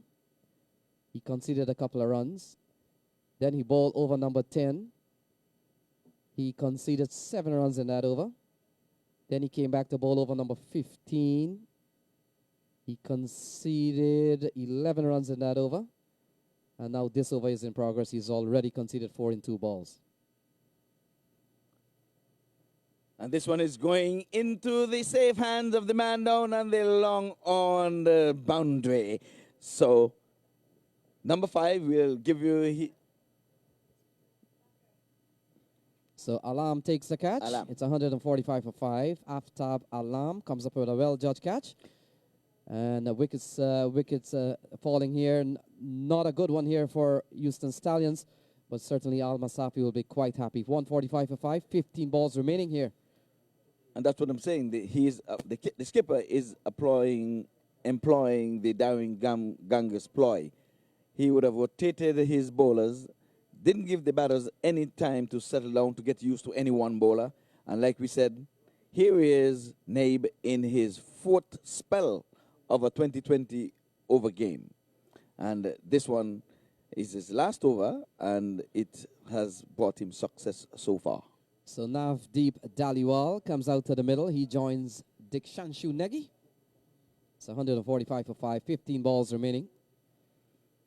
Yes, so wickets are important, and nothing puts you behind the clock more than losing wickets. So we've seen a projection here. We're beginning to see a projection here of a 166 thereabout. But the thing is about projections, sometimes they don't know who's batting. Yeah, well, the projection is based on the current run rate. So they're saying if you stay at what you are, that's what you get. So Gulbadin Naib, 2 for 23. He comes in here and bowls to Dhaliwal. There's a big appeal. He's gone. So Dhaliwal gets a first ball. We'll wait and see. In fact, Negi is the man out. And Negi would have crossed during the course of the other dismissal. So Negi goes leg before up the bowling of Gulbadin Naib. He picks up his 3rd wicket. And it's 145. I'm going to put you on the spot again. Get into your memory bank. Possible hat trick. How many times we would have seen that in this tournament right here? I would say 4 times. I say 5. So Nagy is gone. It's 145 for 6. Yes. As a matter of fact, Samuel Sear was the umpire in the first 4. And now he's sitting right alongside my left here. And he would not be doing duties today, I think, would he? And welcome, Witch. Good morning to you. Happy Sunday. By Gulbadi Nabe, he will finish up here. Final ball, and that's a good ball. Steered into the offside. They're running quickly. Only one will be it. And so Varun gets off the mark with 1. The Canadian, another Canadian pair out in the middle. We saw earlier on, we saw Chima and Hamza Tariq. And now we're beginning to see Varun and Navdeep out in the middle. 146 for 6. 12 balls remaining here. And a projected score of 162, Ivor. Yes, well, just 2 overs to go. So 12 legal deliveries, because we know wides and extras have been playing to good effect here as far as the batsmen are concerned. In this, you'll tell us how many wides they would have bought here, but we know the extras are on 8. Well, actually, if you look at the extra tallies here, they've done relatively well. It's only 8 extras, and 5 of them would have been wide. 5 wides totaling 5. And as we see, the Yamin Ahmadzai continues. It goes down the left side. Speaking of wide. Commentators curse. So that's the 9th extra. We'll wait for the umpire signal. In fact, the there's signal. none, so there's ones. I think you would have missed out there because that one was...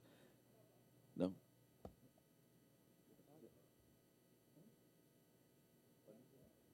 It's a dot ball. It's a dot ball.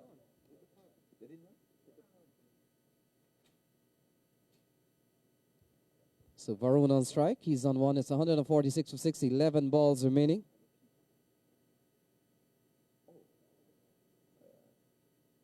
So Al Masafi has made. They've really made a good comeback here. They've stemmed the flow of runs. They've taken some wickets along the way. And we haven't seen since the flowing scoring of certainly Rizwan Chima and Hamza Tariq, and to a lesser extent William Perkins and Akil Balachandra. So they will be quite happy going into the latter part here. We have still 10 balls to be bowled. Oh, pulled away through the onside, and that's 4 runs. So off the bat of Navdeep, he picks up a boundary. He gets off the mark with 4. And takes the score up to 140, in fact, 151 for 6. Yeah, the 150 have come up on the board. That was a poor delivery. You just have to get will on that. There's no man in the deep mid-wicket area. Once you get it past the 30-yard circle, it had 4 written all over it. So Dhaliwal is on 4. C. Dave is on 2. It's 151 for 6. Yamin Ahmadzai will finish up here. He's bowling at 1 for 40, having bowled 21 balls, and the man who runs from 33 yards. And I wonder, how do you know he was running from 33 yards? Did you measure it yesterday? Well, I was taking your guesstimation. So far he has run 594 yards. As this ball gets an outside edge and runs away towards the deep fine leg area, they'll pick up a couple of runs. It all adds to the scorecard. It's 153 for 6. And we're coming to the close of this inning. And again, the Houston Stallions are trying to set a target, having been sent into bat. They are at 153 for 6. There's still wickets in the hut, so I think from here on in, they're going to have a finisher to take it somewhere in the region of over 170. So that's my prediction. So 8 balls remaining here. Dhaliwal is on 6. He gets a slower ball, works it down to the deep areas towards the onside. I'll come back for 2. That's good running. And you've got to say, Ivor, this is good bowling here from the Al Masafi boys. Yes, they're keeping it up. They're not allowing the batters to extend their arms. And the batters, 2 relatively new batsmen at this stage in the game. I think the Al Masafi boys would have done well to have 2 new batters in the death overs. Could you imagine that? So 7 balls remaining. It's 155 for 6. A projected score of 164. And Yamin, a short ball, not getting hold of the shot is Dhaliwal. He gets a single. He goes up to 9. And now brings Varun. In fact, Varun will be the man on strike. In fact, he will not be on strike as Daliwal has retained the strike with that single off the last ball. And so 6 balls remaining. It's 156 for 6 with Daliwal on 9 and Varun is on 2. 6 balls remaining. Yes, well, 6 legal deliveries left in this inning. They're at 156, and they're hoping for a big over. And you'll tell the score as the biggest over of the match so far.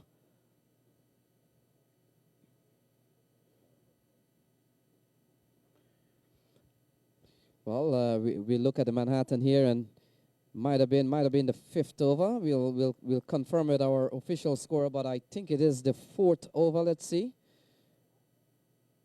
Yamed Ahmadzai, yes, 21 of the 4th over by Yamin Ahmadzai, as we see certainly the Manhattan here. Yes, indeed. Well, they're hoping for a 21 over or maybe a 22 to do one better, and they're in hopes. But again, you have 2 new batters at the crease.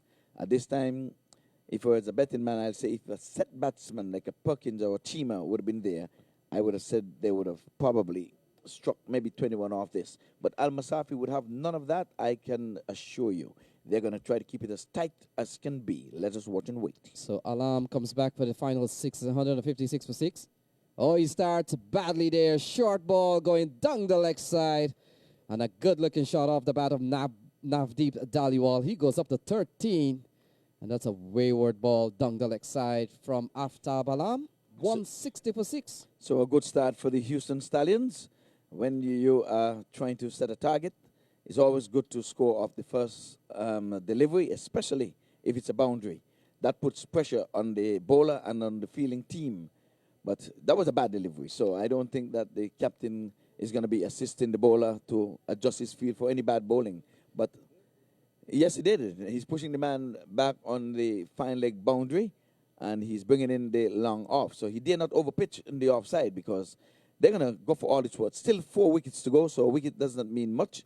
Runs are what Houston Stallions are counting on. And he's pulling well. I can see that from here. So 10 runs from the first 2 deliveries, and up goes the hands of umpire Ali, signaling 6. So my projection, at least the second time around, is that they're going to get over 170 when they were in 150. Seems as if I'm going to be proven right in this one. I was proven wrong on the 200, but I did that when Chima and Perkins was batting. So it's a good start here for the Houston 4 runs. So the umpire would have changed his decision, so he would have given them a 1 bounce 4. But nonetheless, 2 boundaries going in the same general area. The short fine leg has come back into play, and they've put the man back on the long off boundary. This time he's working this one off the legs and they're getting it past the short mid-on. They're running 1, they're thinking about 2, and the throw comes in at the bowler's end. Not a strong one, which gave the batter enough time to get back. So 9 from 3 deliveries. Yes, Ivor, 9 for 3, a couple of 4s, and the single. And all singles. So Varun is on strike. Daliwal has gone up to 18. He's plundered a couple of 4s here. So good batting here from the Stallions. 3 balls remaining. And here is Aftab Alam. And Varun is driving straight into the stumps. Chance of a run out. Finally makes it home. That was a good shot. Too good to be scored off. Imagine, had a beautiful straight drive and you hit it straight back into the middle stump at the non-striker's end. Yes, certainly a bit of obstruction there, and you'd have to think in the laws and certainly the rules of cricket. If the ball strikes the helmet, if you have a helmet on the cricket field, you're given 5 penalty runs. The ball striking the stumps, how come no penalty run? Well, I put a little asterisk by that. If the ball strikes the helmet that is put on the field by the fielding team, you get 5 penalty runs. Because if the batter go and he put his helmet back there, the umpire is not going to reward the batter with 5 penalty runs. I can assure you that. So essentially, the stumps is part of the game, and that cannot be moved, and that you can't work around the rule with that. I remember a couple of weeks ago we were at the Musa Stadium in Texas, and your good friend Sam Plummer, he used to be the curator here. So they were filming the game, and of course, like anything else, that game was live also. And the camera crew had asked him to move the cricket roller out of the scene shots, and he told them very candidly that I'm not gonna move the roller. The roller is part of a cricket match, and he's so right. So the stumps are part of the game. You can't move that, and you can't give a penalty for a ball hitting the stumps. Here we go again. Ball driven along the ground. Good-looking shot here from Varun. Will only get a single, and a single that takes the score up to 166 for 6 with a single ball remaining here. And irrespective of what goes on in this last ball here, Al Masafi will be looking to score at least 9 and over here with 166 on the board. I'll give you the last ball here, Ivor. All right, well, for the viewers, would this be the last delivery you're seeing from this young man? And the ball's a good delivery, which is played out to cover sweeper. They're going to be going back for 2. Whether they make it yes or not, we'll watch and wait. Probably they'll be looking for 3. Oh, but then but the batter would have run past the stumps. This time he was supposed to try for 3 to take the run out. But 2 more to the total, and the score is up on to 168. So my projection was still wrong. I'm 1 off. The projected score now in the run chase is going to be 169. So a quick rundown of the scorecard so far is Vanchima 57, Hamza Tariq 13, William Perkins 23, Barrett Chipley 10, Akil Balachandra 34, Dikshanshu Negu without scoring, Navdeep Daliwal not out on 20, Varun Sidev not out on 3. The bowling, Gulbadi Naib 3 for 24, Yamid Ahmadzai 1 for 45, Aftab Alam none for 29, Sharafuddin Ashraf none for 36, and Javed Ahmadi 1 for 31. You look at the Afghan bowling analysis, and boy, they've fitted their puzzle quite well. All 5 bowlers used bowl 4 exactly, so they perfectly got that right. And so it will be Afghanistan Al Masafi needing 169 to get into the final. We'll take a short break and be back in about 10 or 15 minutes or so, with Al Masafi requiring 169 from 120 balls. But it's not how you start, it's how you end.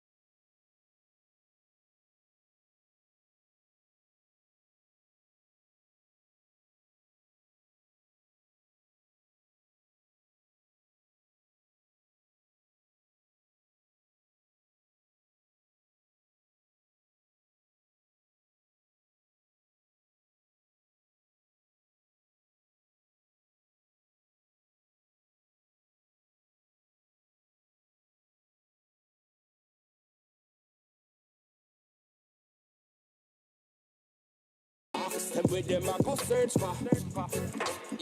Yeah.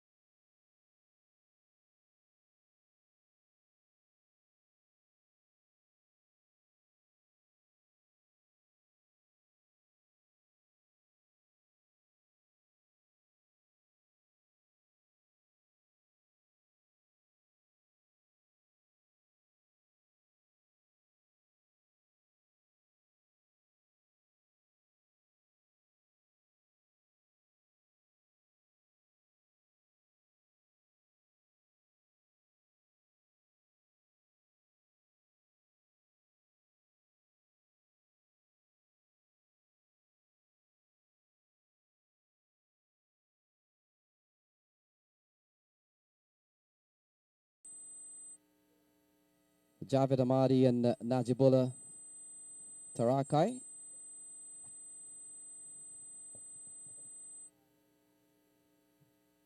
The opening batsman here, they need 169 from 120 balls. Netravalka, Sarab Netravalka will start the attack. He comes in out the ball to Amadi. And straight away, Al Masafi off the mark. Single off the bat of Javed Amadi. He's off the mark with one. And Al Masafi in reply to 168. Posted by Stallions. And they're batting at 1 for none. Yes, indeed. And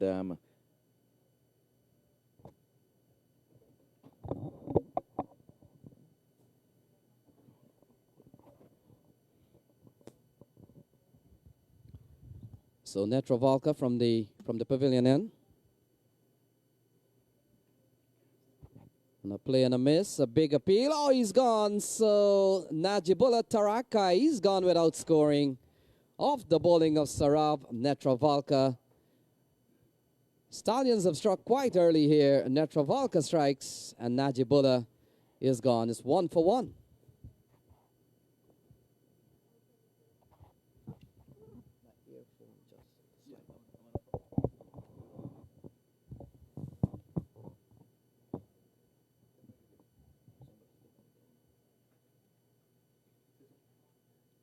So 1 for 1.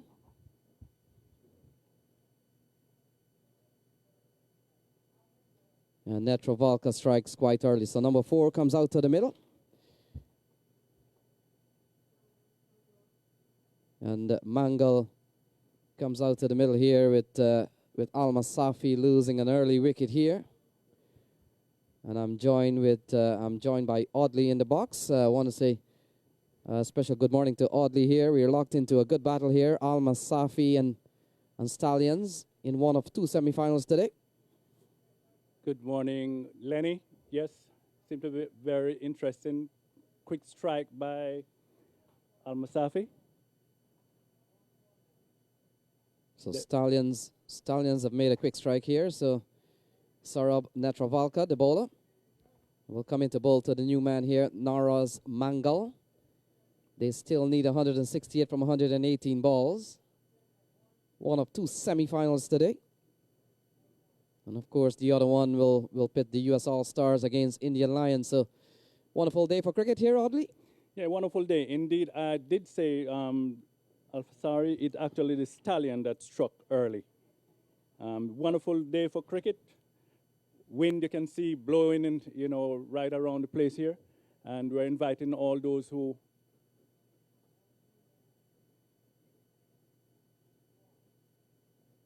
can come on down to come and join us here. Wonderful day for cricket. So Al Masafi, 167 required from 116 balls. They'll need to go at perhaps 9 and over for now. And of course, the required run rate keeps changing depending how well or how not well you do. 167 needed from 116 balls. Sarab Netravalka, part of the U.S. national setup. And one of the players out of a 30-man squad has been considered for national contracts with USACA.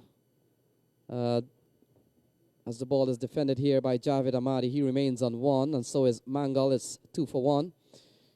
We're in the first over being bowled here by Netravalka. So Houston Stallions, certainly a top team in this tournament. They haven't lost a game yet, and one of those wins under their belt would have been the mighty Indian Lions. So they really come into this tournament as a very confident team, and they've played here several times already. So certainly a bit of home advantage. And the fact is, oddly, when these 2 teams met earlier on in the round robin phase within their group, it was the Stallions who won against Al Masafi. And of course, I think they will be going full guns to preserve their record. And actually, it's been a very good over so far by the bowler. Of course, lefty, left-arm fast, coming over, very good line and length. And the batsmen just have to be pushing the ball out on the offside, very good defensive. But very good bowling so far by the Stallions open bowler. So we'll confirm with our score. It appears to be Yogesh Kumar has been given the ball here. So we're going to see early spin. And that's the left arm leg spinner. Bowled yesterday in the stadium is 2 for 1. And Yogesh Kumar given the ball here. It's 167 to win from 114 balls. Will come into bolt on Naroz Mangal, an Afghan player who's played at the ODI level. So 2 for 1. And Mangal, the man on strike. They have lost the wicket of Najibullah. Out without scoring. In fact, he got the first ball. And so ball turned into the onside oddly as we see spin being employed here in the form of Yogesh Kumar. It's 3 for 1. Indeed, very easy single. They just trot it down the pitch. And nowadays, you know, it's a norm to have spin opening the attack. So this game is no exception. And in fact, as we know, the spin usually comes onto the attack to really stem the flow of batsmen who likes, in the earlier part of the innings, like to see the ball come onto the bat, especially openers. By nature, they love the ball coming on to the bat, and certainly sometimes with good spin bowling. Ball cut away nicely here by Javed Ahmad. He doesn't even run, and it races away towards the backward point boundary. That's a lovely shot for 4. Indeed, the chasing was done by the fielder, but only to retrieve the ball. You know, just 4 all the way. So Javed Ahmadi goes up to 5. The score goes up to 7 for 1. And it's one of the balls that we have alluded to during the course of this tournament. A bad ball from Alex Spina is to bowl short and wide. And Ahmadi just making hay while the sun shines there. He gets a single out towards the long on, towards the mid-wicket area. And the score goes up by 1 to 8 for 1. And the second over being bowled here by Yogesh Kumar. Yeah, that ball before, you know, was the delivery was asking to be punished. And indeed, the batter obliged. So the winner of this match, as we all know, will go into the final. And of course, the second semi-final will see U.S. All-Stars will come up against Indian Lions. And Indian Lions, a super-studded lineup. The likes of Dinesh Ramdin, Lendl Simmons, Ricardo Powell. Santoki is part of that setup. And so that should be a very interesting game as they come up against the U.S. All-Stars with the likes of Jaskaran Malhotra, Gajanan Singh, and some other top players in that team. 2 overs gone, it's 8 for 1.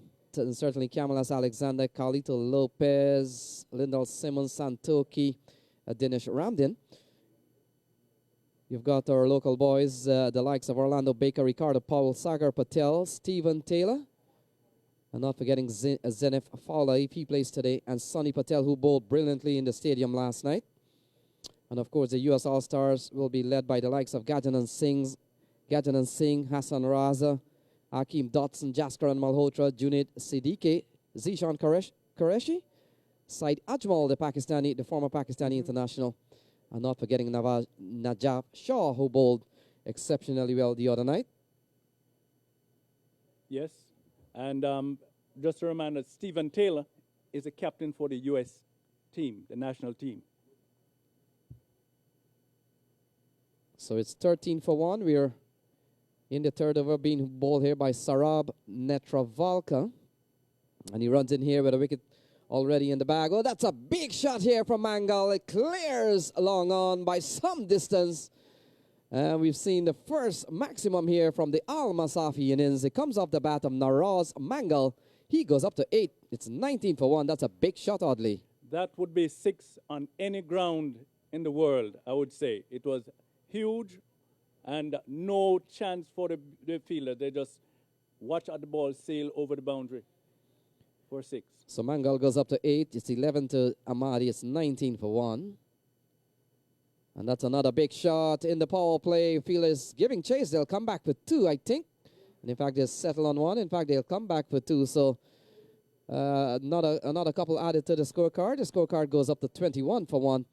And Naraz Mangal not timing it well, or certainly not getting hold of the shot, oddly. But he goes up to 10. It's 21 for 1. Yes, that was a bit risky, but you know, you get away with it in this early part of the innings. because of the fielding restrictions. So Netravalka with 13 in the over so far. Not a good one here for Stallions. Ball going down the leg side. A good take from Hamza Tariq, the Canadian international.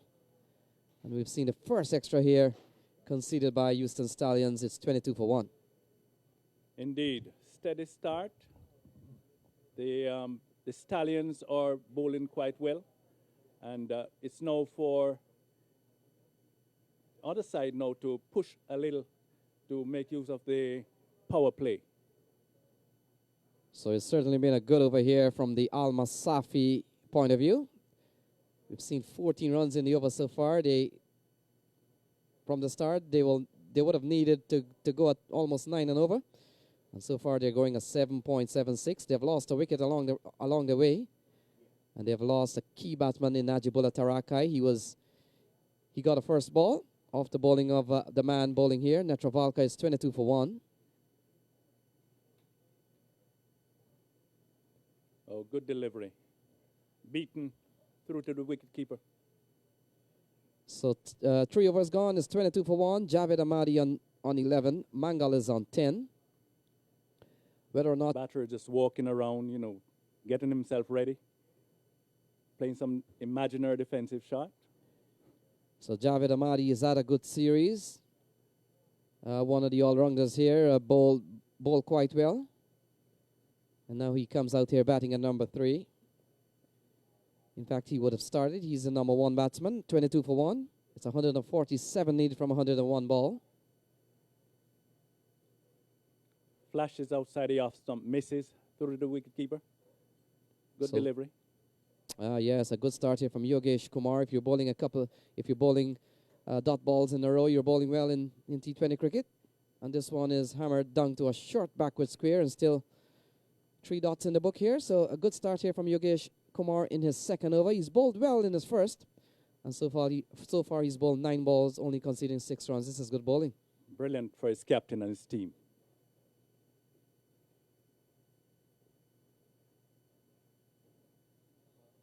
Oh, that's a good-looking shot here from Javed Ahmadi. Beats the man at mid-off, and it goes away for a boundary. So sooner had we said how good he was bowling, he gives up a 4, and it's 26 for 1, oddly. Yes, the fielder down there dove full length, but to no avail.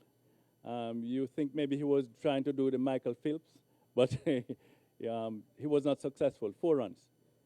So good protection here from Yogesh Kumar. You look at his field setting here, oddly, as pointed out here by umpire Samuels. And what a shot here from Javed Ahmadi, just guiding the pace of the ball. And it goes away for another boundary. He goes up to 19 consecutive 4s from the right-hander.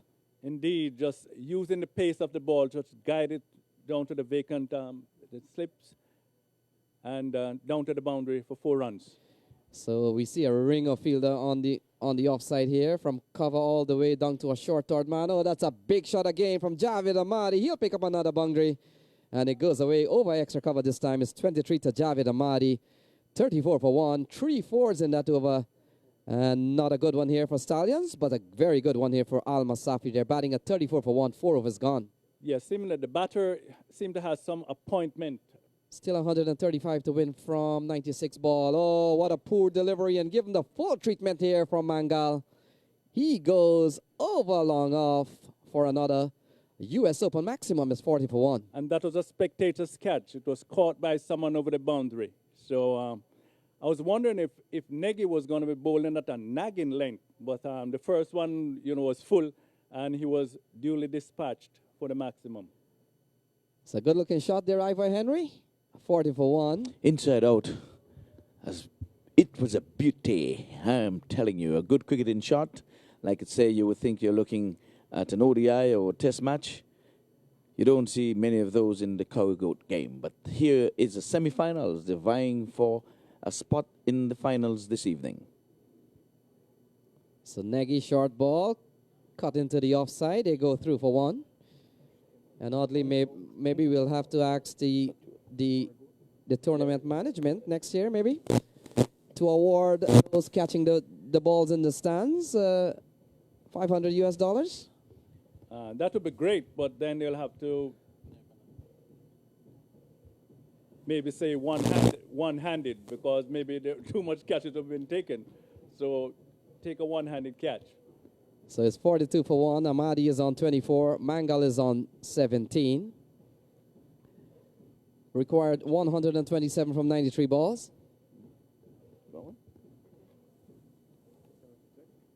So 8 in the over so far.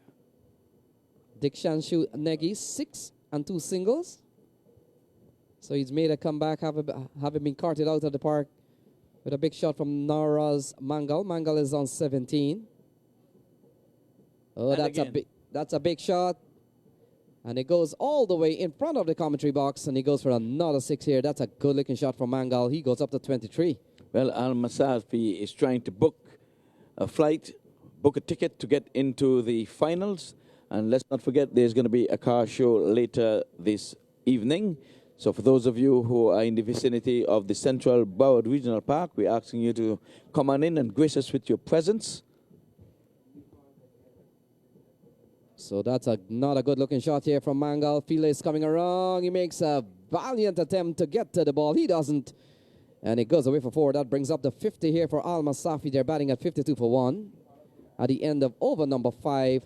And that's another good over here for Al Masafi, oddly. Yeah, so I must say, Negi was not bowling. He did. He returns here. Will come into ball to Javed Amadi. Amadi is on 24. It's 52 for 1, still 117 runs to get into the finals if they should get those runs.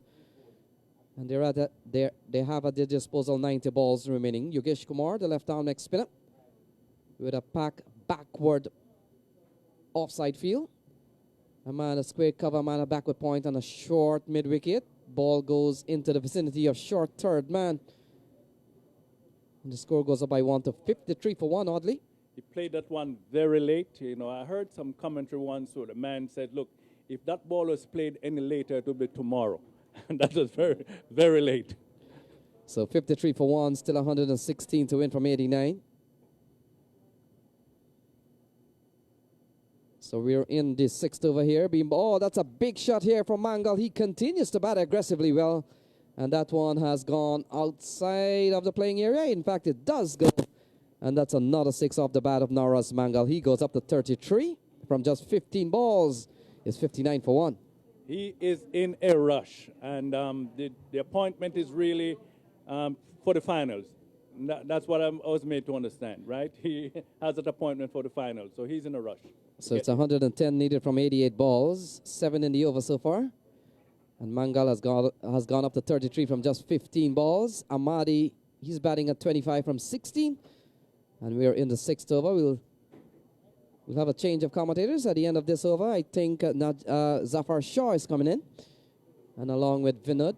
So here's the ball turned into the onside, and they'll go through for 1. And Mangal goes quickly up to 34 here, oddly 60 for 1. Very good going so far by Mangal and Amadi. Very good going. The Stallions will have to try and stem the flow of runs if they're going to stay in this match. So 109 needed from 87 balls. Kumar with 8 in the over so far. Will come into ball to Mangal, who's in fact Amadi. Amadi cuts, can't score this time. And it's 60 for 1 in the 6th over.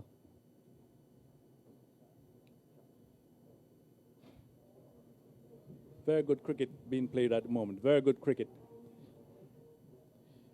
So, in fact, it's Vinu Prasad, the bowler. So, the ball swung away here from Javed Amadi, and he goes up to 29, is 64 for 1. Short on the leg side. He just turn around, pull the ball, one hop over the boundary. 4 runs.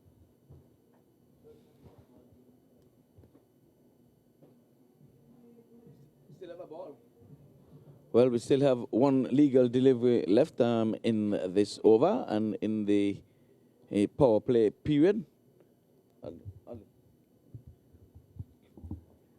So 64 it is at this juncture.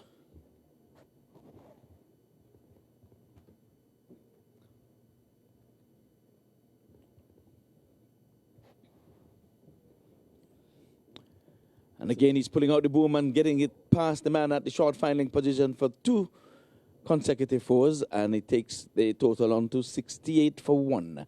And the one chases on. They're trying to get to 169 for victory. My word, the winner stays, the loser go home. We have a change in commentator. We have Vinod and Shaw. Masafi, and they're showing that exactly 68 for 1. It's a wonderful power play session where they got runs at 11.33, and the required run rate is now 7.2, which is very manageable. The only thing is that you have to manage that over 14 overs.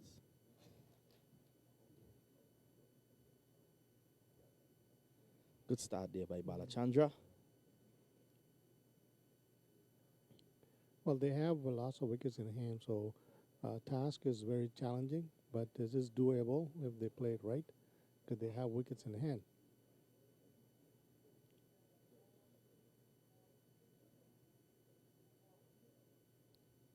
Balachandra this time 2 straight. It's played away down to Midon. There's a single. Score moves on now by 1 to 70. Mangal is on 35. Amadi on 33. Their strike rate is really, really good at this particular time. Amadi 33 for 19 and Mangals 35 for 18. And if they continue to this pace, in a few more overs, I think it will make this game very interesting. I think at this point in time, they definitely have the upper hand. Some sort of consolidation needed early in the innings. They've gotten that. They've started to get the runs at a quick order, and they're looking pretty good at the moment.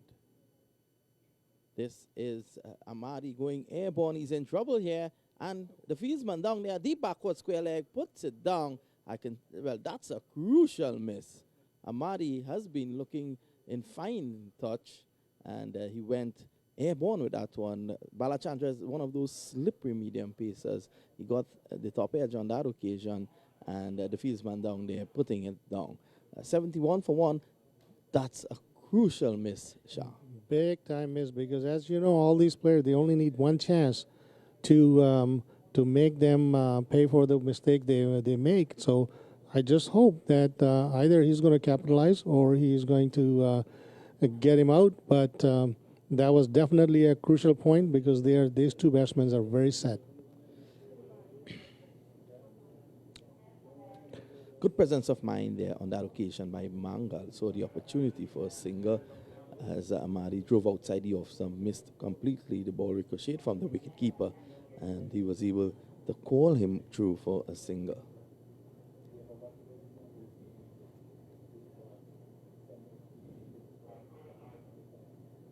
I call them blind spot singles, where wicketkeeper runs and then you can run because there's nobody there to get you out, unless it's a direct hit. Well, these days we have been seeing a lot of direct hits. The fielding. T20 cricket has really improved the standard of fielding. Yeah, that's for sure.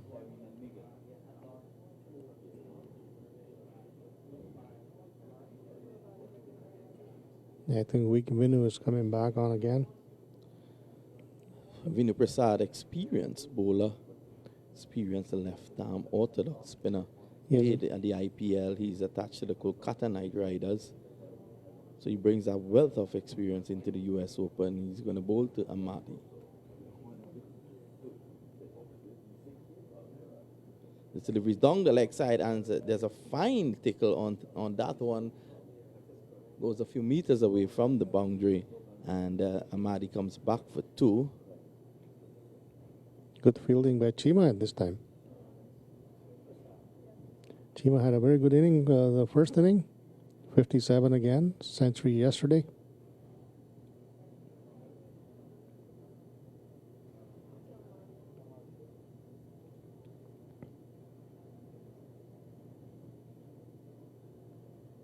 Better delivery on this occasion from Prasad, just on and about the off stump. There's nothing much that the batsman can do with that. Score remains 74 for 1.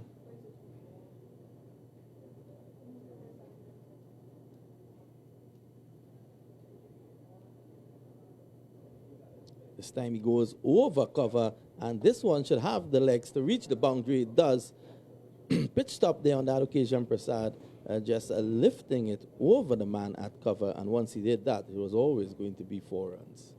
I really like this shot from him. He really know what is he doing with this shot, right? Going in the gap and going over the players for the 4 and again the extra covers. Two horses in the race, and you say one is a dark horse, one is a stallion, and one is a dark horse. The dark horse is galloping.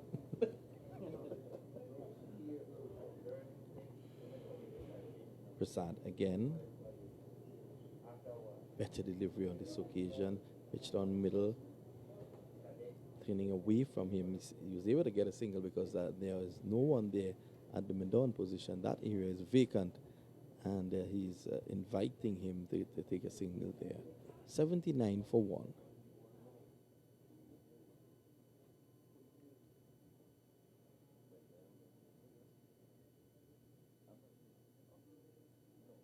This one too straight on this occasion, and Mangal clips it down to deep mid-wicket for a single.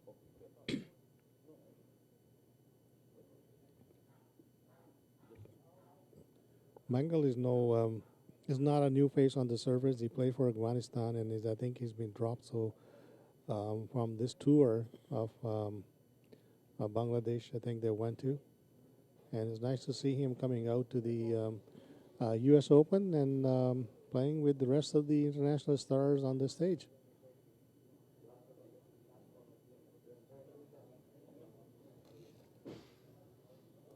Prasad again, and that's he's out caught. A delivery well pitched up outside the off stump. He did not get over it.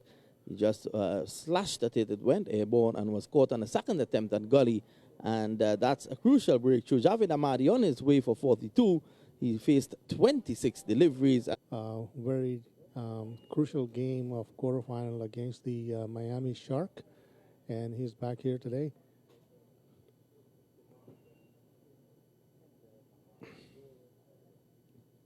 Balachandra continues.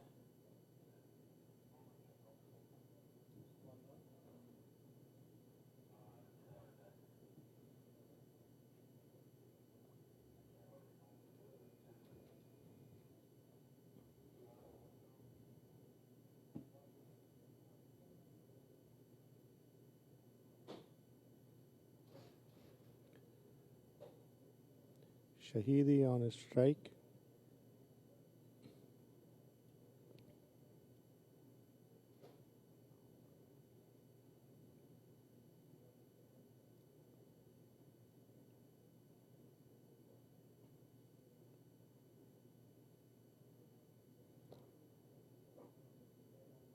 Single down there at the third man. The fieldsman on that occasion actually dived before the ball reached him. He like seemed to have damaged himself. Yeah, shoulder injury probably. Yep, shoulder injury, showing the indication to the players outside that come on in for the shoulder injury. Well, this broadcast, Yes. this broadcast on ESPN3 is beaming all over the world, and we're getting messages from all over. There's a message coming from Dur Mohammed, and he's from Afghanistan. He's enjoying what he's seeing at the moment here at the US Open. And his team, they're battling well. They're 82 for 2 in pursuit of a victory target of 167. The 87 required again. 169. 169, sorry, 87 required again. And at this point in time, with a current run rate of 7.5 and 8 wickets in hand, one would fancy the chances of Al Masafi. They're halfway through, and it's still got good delivery from Balachandra, but again, too straight. The batsman allowed to play it away down there to mid-on. There's a single. Score goes on to 83 for 2. And Shahidi has come in. He's actually off the mark. Norris Mangal has now a huge role to play in shepherding his team to victory. they had a good partnership yesterday. let's see what they do today. But it looked very promising. This one is cut away nicely down to third man. There's protection there. A single the result. Interesting thing is that they're trying to make the runs on every ball, either single or double or boundaries or whatever. They just want to have the strike rate going, continuing going high and high and high.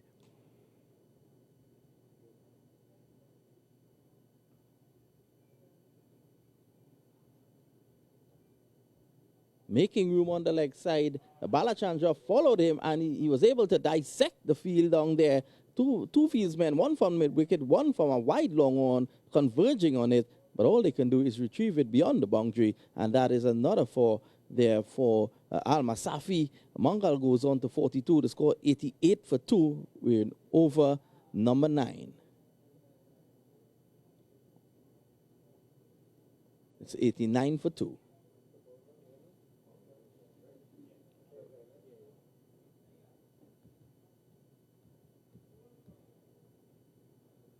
And Winnie back on bowling.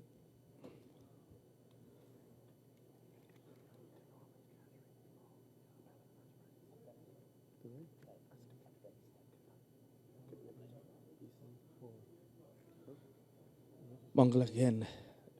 A direct hit from the fieldsman down there. The umpire on this occasion was actually in the right position to see, and he was able to adjudicate a not out decision there. 90 for 2. It's now 9:30 in the night in Afghanistan, and probably within an hour or so, there could be celebrations in the streets of Kabul.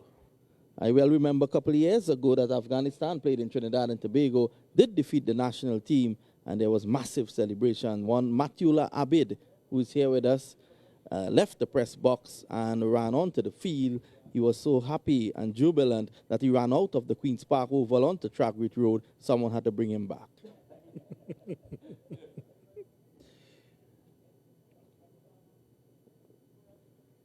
The experienced skipper Vinu Prasad now from the far end.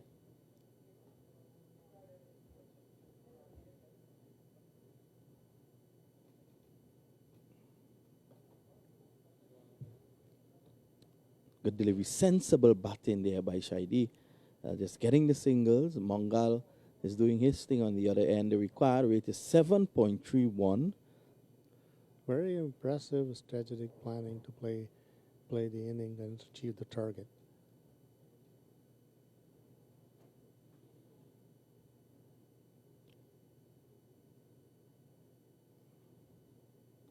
Good delivery again, but I think Prasad, what he needs to do is to put that mid-on in place, to put some pressure on the batsman. He's allowing easy singles, and given the fact that the required rate is just a trifle over 7, he can't afford to be giving singles away.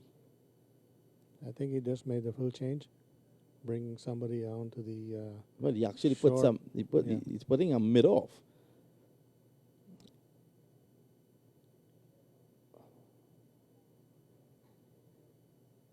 Delivery outside the off stump. Taken by the wicketkeeper Shaidi on that occasion, not getting across, not getting close enough to the ball to cut it.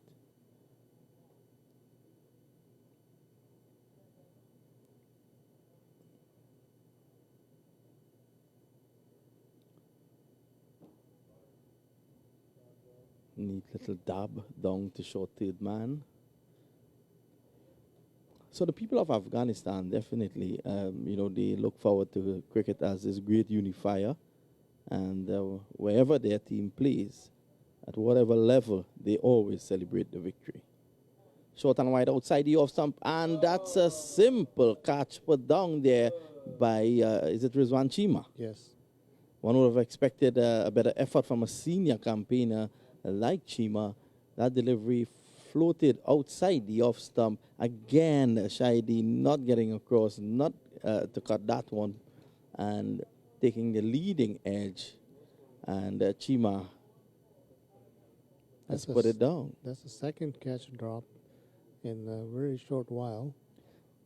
And he's getting some, what we call in the West Indies, some peacock from the Afghan bench. I see Engineer Haroon, is on his feet, and he's giving him, some pekong. I'll tell you something. I see Chima is laughing. I don't think he should be laughing at this point in time after such a silly mistake. Yes. Makeable thing, you drop it, and then it gets cost you the run. So I just hope that someone will capitalize on it, the bowling side or the batting side.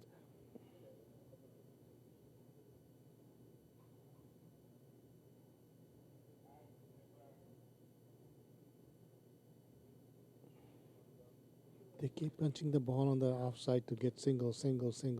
Sensible batting will take them to this victory. And they need to understand that this Afghan team is an experienced outfit. They have been playing cricket. They have been playing one-day internationals.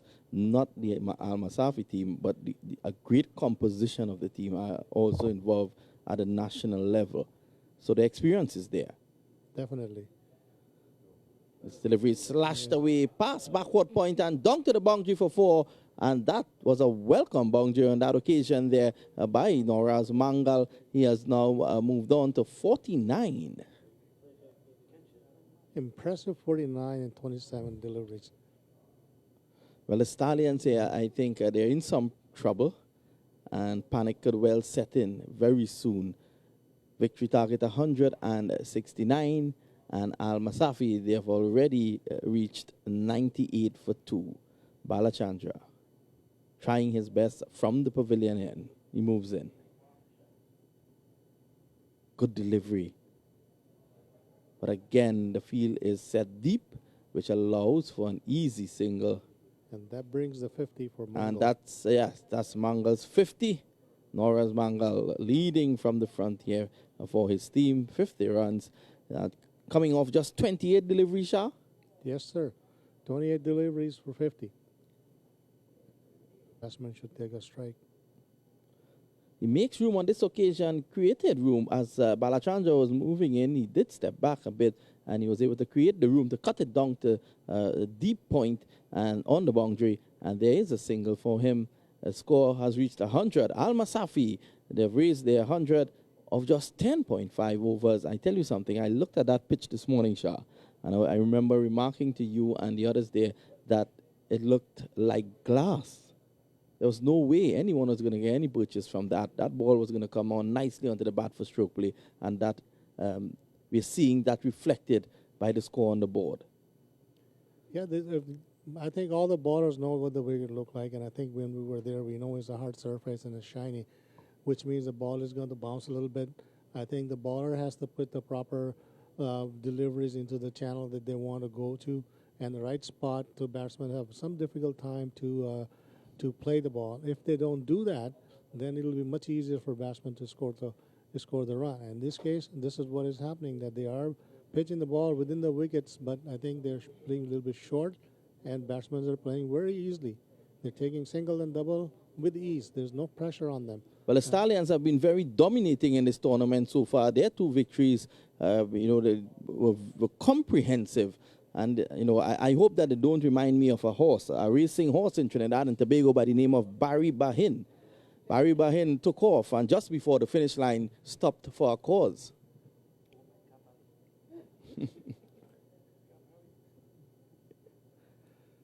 Prasad has made a bowling change at the northern end. And it's going to be Negi, the little leg spinner. Nagy has been very key player of this team from all-rounder perspective. He did some damages around the battings with the bat and now with the ball also.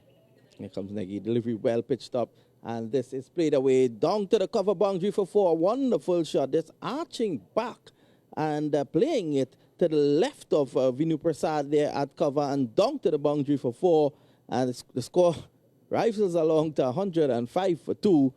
And I'm seeing visions of Barry Bahin.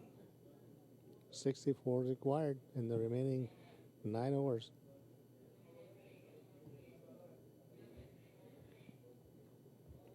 I think Stallions have to put some pressure on the batsmen because they are playing with very, very ease. Nagy again, this delivery well pitched, stopped and played down to the long on position. You know, looking at the turf this morning, there was no way any of the spinners would be effective on that. You can't get any purchase at all. Because of the nature of the track, the ball will skid on as opposed to turn. Now, the spinners, their variety has to be now the slower one, the one that bounces a little more. But turn, I think, is pretty non-existent out there. Nagy around the wicket, and this is Shahidi getting back, trying to cut it down to third man. Seems to be a favored area for him. If they put a good line and length, I think they'll be successful. Ball doesn't need to turn if it's in the line and length because batsmen will have some difficulty to play. Delivery well pitched up, and this is driven beautifully and through the covers for four. I'll tell you something. This Al Masafi team continues to impress. They're looking very dangerous indeed. They're looking well organized, and that, Shah, is always a very, very dangerous sign. The partnership has now reached 30. I think I'm not seeing Lenny hopping like umpire Dave Shepard used to do. I think the Masafi is in total control of the game at this particular time. Well, it's theirs to lose, Shah. I think they're playing very easy. They're calm and they're collectively and they're just going with the business, you know. Very But they have passionate things cricketers. happen- Exactly. Yeah, very, very passionate cricketers. These guys from Afghanistan, anything that they could celebrate in a war-torn country is always welcome. Yes, and in that region, I think everybody is crazy about the cricket. For a moment there, I thought you were indicating that everyone in that area is crazy. This one is tucked away down to the backward square leg. Shahidi gets another single. He moves on to 12, is it? 12 or 13 balls. Yes. And, And 112 for 2. and Maitland continues to be quicker than the scoreboard. And he has won his race. No, they're going on a cruise control within the speed that they're allowed to go, and then they're just going. Cricket is a funny game, you know. You look at the Stallions beating up everybody, reaching this position, and you look at Al Masafi, who really struggled initially, losing their first two games, and now they're in a position to reach the finals. It reminds me of 93, 92 World Cup when Pakistan was almost out of the World Cup and going into the playoff knockout round, and they just made it, and they won the cup. So sometimes it does happen that sometime you need a second chance, and when you get second chance, you capitalize on it. I think same thing happened to West Indies and Bangladesh. Well, if you well remember the 1992 World Cup when Pakistan were bowled out for 74 and then Rain fell against England. Yes. Had England won that game, the West Indies would have qualified for the semi-finals. Well, as fate had it, Yes. Pakistan went on to win the title. Yeah. So second chance is a second chance. Depends on you capitalize. So one may be a dark horse, but this is their second chance.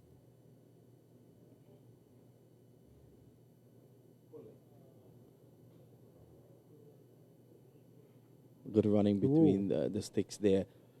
The fieldsman down there taking his good old time and kind of feeling sloppy. At this point in time here, the guys look very flat. And the skipper needs to G up his players. A wicket or two here, you never know what could happen still. It only need a 1 or 2 wicket break to get the team charged here. But I think I see the body language from the Stallions is kind of, the average, not really exciting and charging to put some pressure on and getting into the game.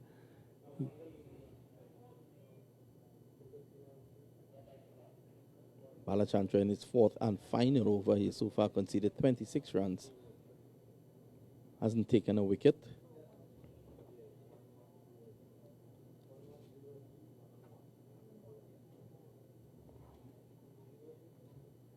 I can tell you something, Shah. If Lenny and Ivor comes back in now, the Stallions are back in this game.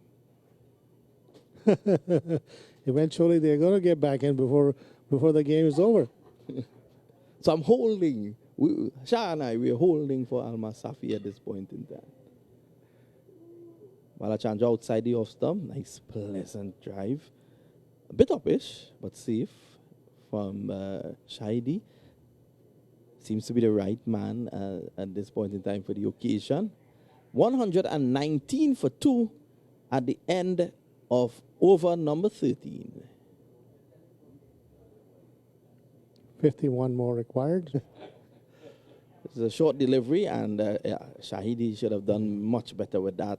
There's a man at short third man, there's a man at backward point, and I think had he placed that between them, he would have gotten 4. Shidev again around the wicket, again short and wide, down to the sweeper's position. There's a single. Lenny was fast. He must be in the Grand Al Masafi bus. They're running pretty fast.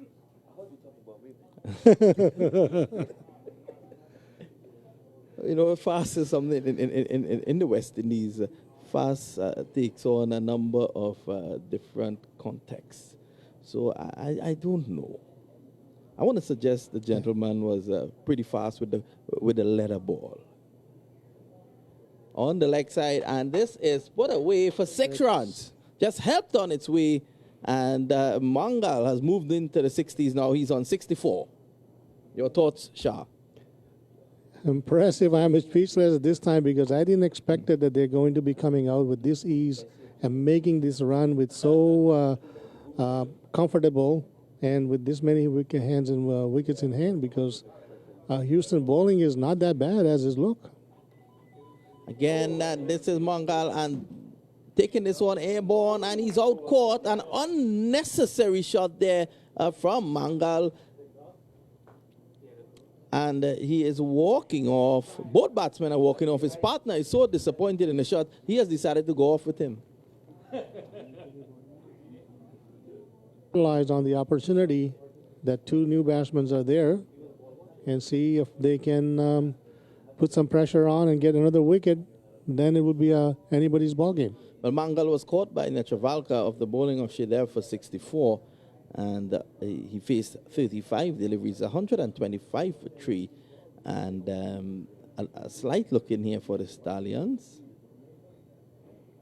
The Jamal is back. Jamal to face Shidev. Sensible batting. The run rate has actually required, which has touched under 7 now. So that definitely was an unnecessary shot. Absolutely. They were doing very well. You know, it's just controlling the nerve on the tempting balls that how sometimes you lose it because it's so good to hit. These guys are very experienced players, and one would hope that or expect that I see my cameraman seems to be in some problems.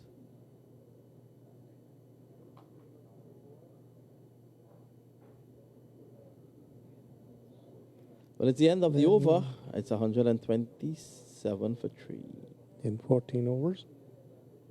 42 runs more required. Well, Shahidi is a set man. He's in there. He's on 18. He has faced 20 deliveries. Has been a bit busy out there, to describe him at best. And he probably needs to guide the rest of the innings. Just 6 overs to go. Nagy back on attack from the pavilion end. Singles can do it with the odd 4. I think this is what their strategy, the way I've seen the last 5-6 overs, that they are just going with the single double, and loose ball. They just hit it here and there and then get the boundaries out of those. Well, that's sensible. Yeah, and they have been successful doing that so far. So if their game plan changes, I'll be a little bit of a surprise. Well, Nagy has switched ends. He's now coming from our end. Delivery outside the off stump that pushed away nicely there by Shahidi for a single. He moves on to 19.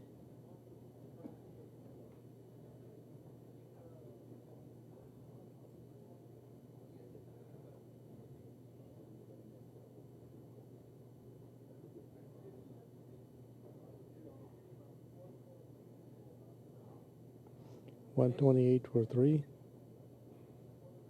41 more is needed. Good delivery there by the leg spinner.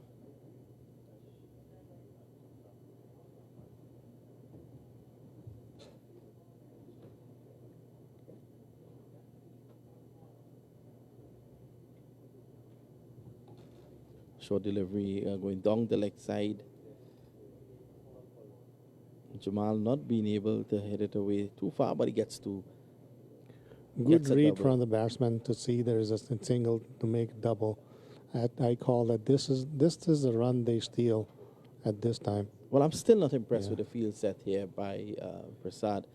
The field is set too deep, given the fact that the required rate is around 7. Yeah.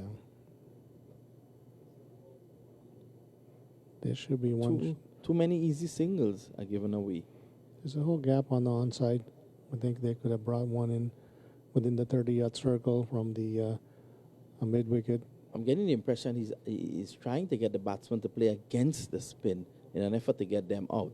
But this particular pitch is not allowing for that because the turn is not generous. Well pitched up delivery, driven back to Nagy. If he's continued to pitch the line, he's going to get dot balls. But moment is short. They're going to make it. Again, lovely delivery, pitching it right up. Very good over. Nagy has completed his third over at the end of over number 15. It's 130 for 3. Al Masafi must look out because here comes Lenny and Iva. I think they're looking for another exciting game.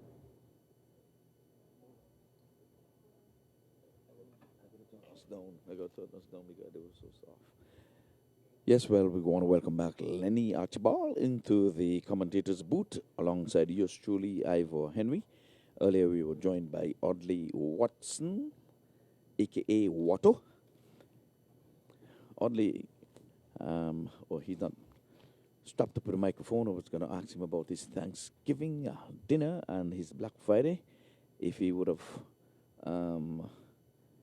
requested a storage for all of this stuff he would have bought on Black Friday. But we're back with live cricket here as the batters is racing to get to the non-strikers end, but the bowler did not pick up cleanly. So in the end, they scampered through for a single.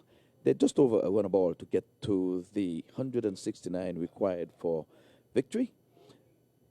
Shady is on 24 from 23. He's just joined by Jamal, who is on 3 from 6. Mangal, being naughty, he has gone for well-played 64, but at the time when he would have gone, it's a well-played, he was gone for well-played 64.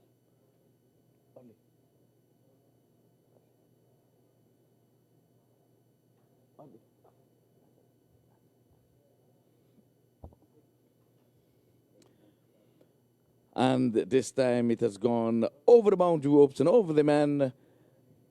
Man's head there at the deep fine leg area for US Open Maximum. And I tell you, they're off to the races. 141 for the loss of 3 wickets. And we'll be telling you about the sixes after a while. We know that Chima would have fell short. And I think he's going to be remaining short of the coveted most sixes that would have been hit in this tournament by an individual. Because the way things are going here, Al Masafi has already booked a ticket to get into the finals. They're just waiting to be boarded. So 27 needed to win here for Al Masafi. And I think we are going to be calling it for them from this juncture, unless a miracle happen and the Stallions can work some magic. But I think at this moment they're missing one of the trump cards. He made his debut here. Badri, you know, he's been a workmanlike for the last 3 days, and he's not in the lineup today. We didn't get an official report from him. But you know, he's a professional cricketer, and sometimes, you know, you have to pace yourself. We know he has other commitments, and he has got to be workmanlike. here, there, and everywhere. So a much needed rest for him at this time. But I dare say, yes, they were missing his experience, his guile, and what have you. So I'm going to step away from the microphone a little bit to get a very, very important phone call, and keeping company with the great Lenny would be Audley Watson. So Stallions on the verge of losing here to Al Masafi. Al Masafi requires 26 and 24 balls. Hashmatullah Shaidi has batted well. He's on 25. He is the man on strike. It's 143 for 3. And Sarab Netravalka comes back into the attack. 2 overs, no maiden, 1 for 16 as we welcome Audley. And Audley, it appears to be Al Masafi all the way. Stallions, as Ivor would have mentioned, missing a couple of their bowlers, certainly their key bowlers. Samuel Badri is not playing here today. And also Nikhil Dutta is not in the lineup. So definitely they're short. And they're short not necessarily on quantity, but they're short on the quality of spin bowling that Samuel Badri and certainly Nikhil Dutta would have brought to the table here this afternoon. Without a doubt, Lenny. And I must say that the Stallions seem to be running out of the money this time. You know, the Stallions always finish in front, but they seem to be running out of the money. Yes, of course, a Stallion is a male horse. 145 for 3. Hashmatullah Shaidi is on 27. He has batted well. And Nazir Jamal, he has helped himself to 10 so far. So Al Masafi, a very composed team. They seem to have a good idea how to play this game, how to adapt to the conditions here in Broward County. And so far so good. They've lost a couple of games during the round robin playoff. And in fact, one of those games that they would have lost was against this very team. So they're beginning to gain some bit of revenge here. And what in a round that really matters most. Definitely. Winning when it counts. That's really what really matters. So they're probably on course here with 24 to win from 23 ball. Lots of wickets in hand.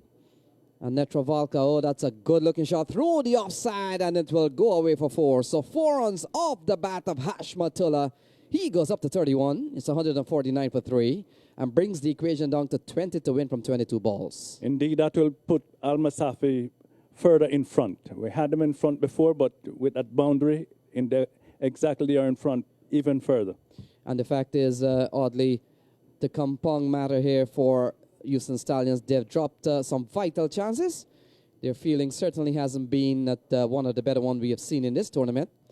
And Netravalka will try again. It's 31 to Hashmatullah. He's batted well. It's 149 for 3.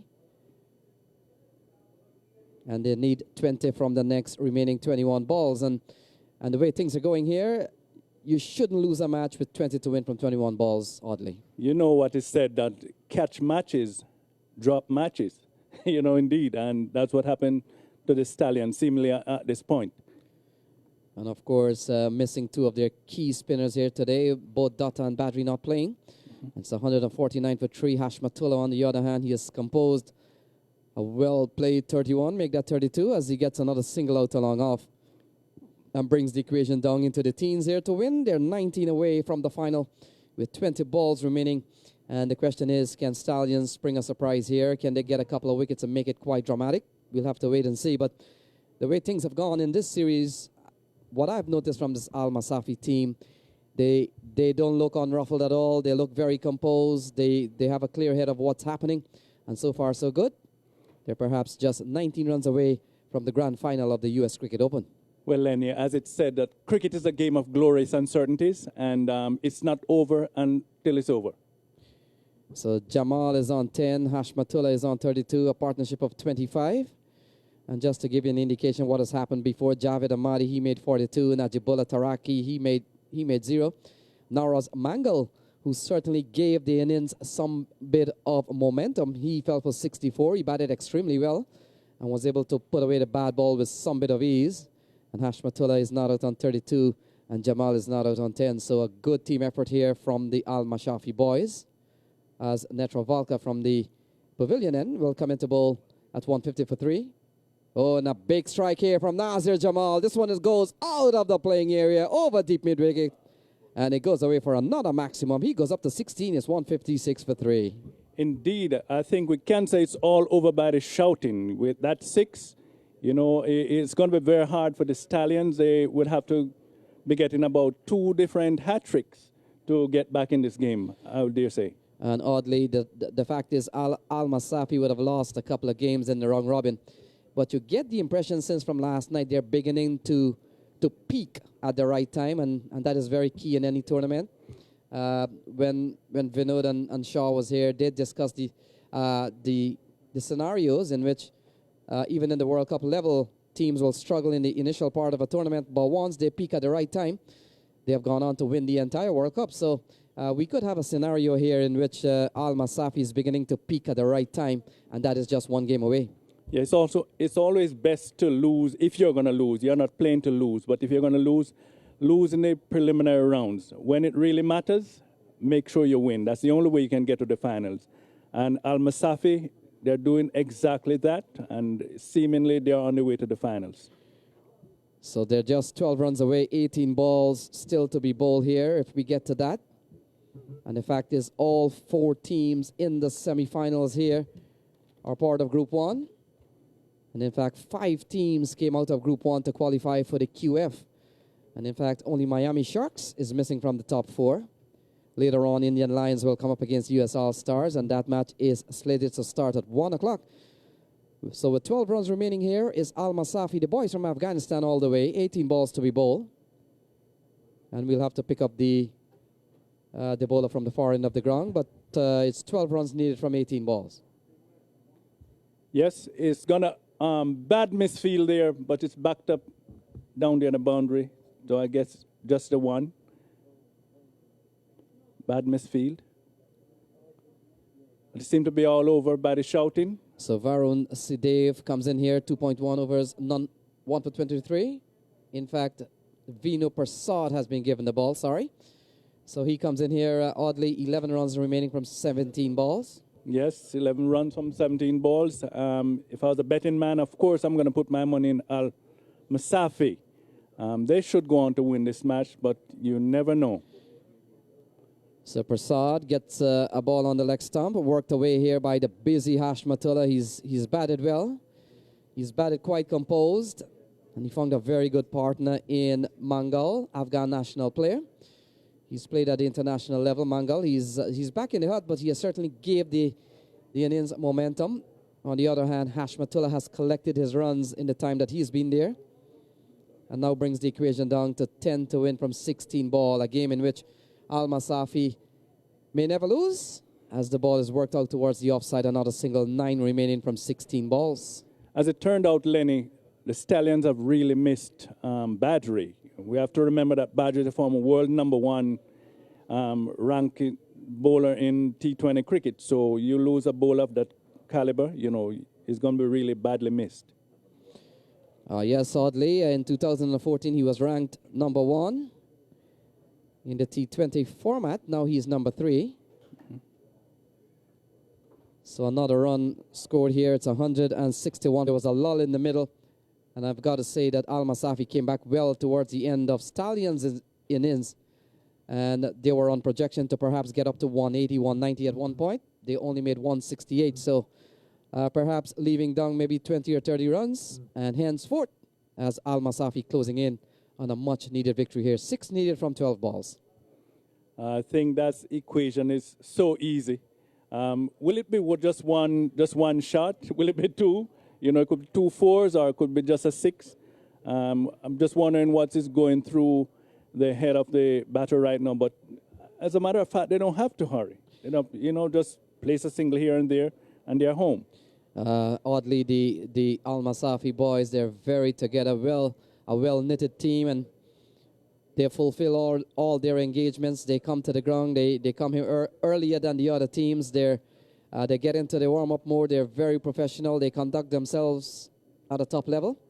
And I'm not surprised that they've gotten so far in this tournament. They've taken this tournament quite seriously. And a team that takes cricket seriously as this one is, I'm pretty sure that is beginning to reflect in the results here. And they just want to win. They're just 6 runs away from perhaps the grand final. For the first time, they've appeared in the U.S. Open tournament. So it is when you're hungry for success, you know what? No, that's 4 runs. That's 4 runs. 1 bounce over the boundary. Yeah, if you're hungry for success and you work at it, you know you will achieve that reward. And definitely what's happened to Al Masafi today. So it's 167 for 3. A couple of runs will win this match. Al Masafi all the way. We'd just like to inform our viewers. Coming up next is Indian Lions. They take on U.S. All-Stars. And Indian Lions certainly sporting some big names, and so is U.S. All-Stars. So it's all over here, bar the shouting. 2 to win from 10 balls. Hashmatullah Shaidi has batted exceptionally well. He's undefeated so far from 39. Wouldn't be surprised he comes out not out. And Nazir Jamal, he's made 20, a partnership of 42. And the way it seems there, you're beginning to see from the Afghan camp, they're beginning to hug and shake hands. They know it's all over here as the bowler comes in, and ball defended here by Hashmatullah, just perhaps prolonging the agony.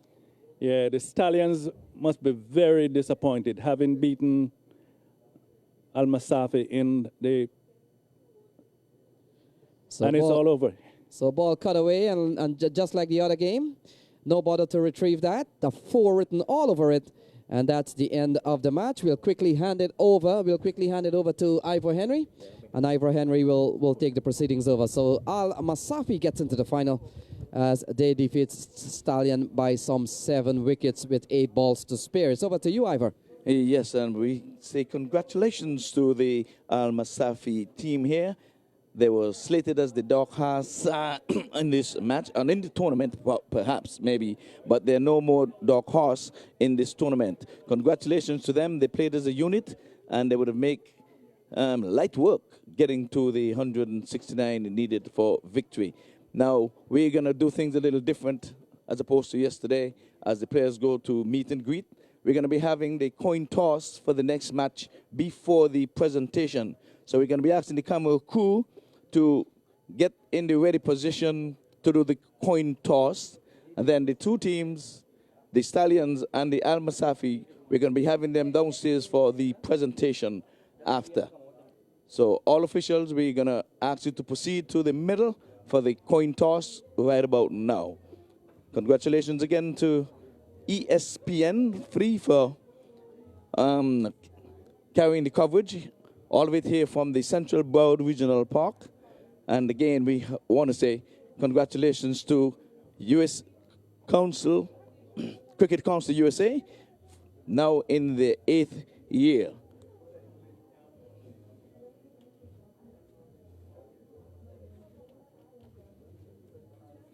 Tell me what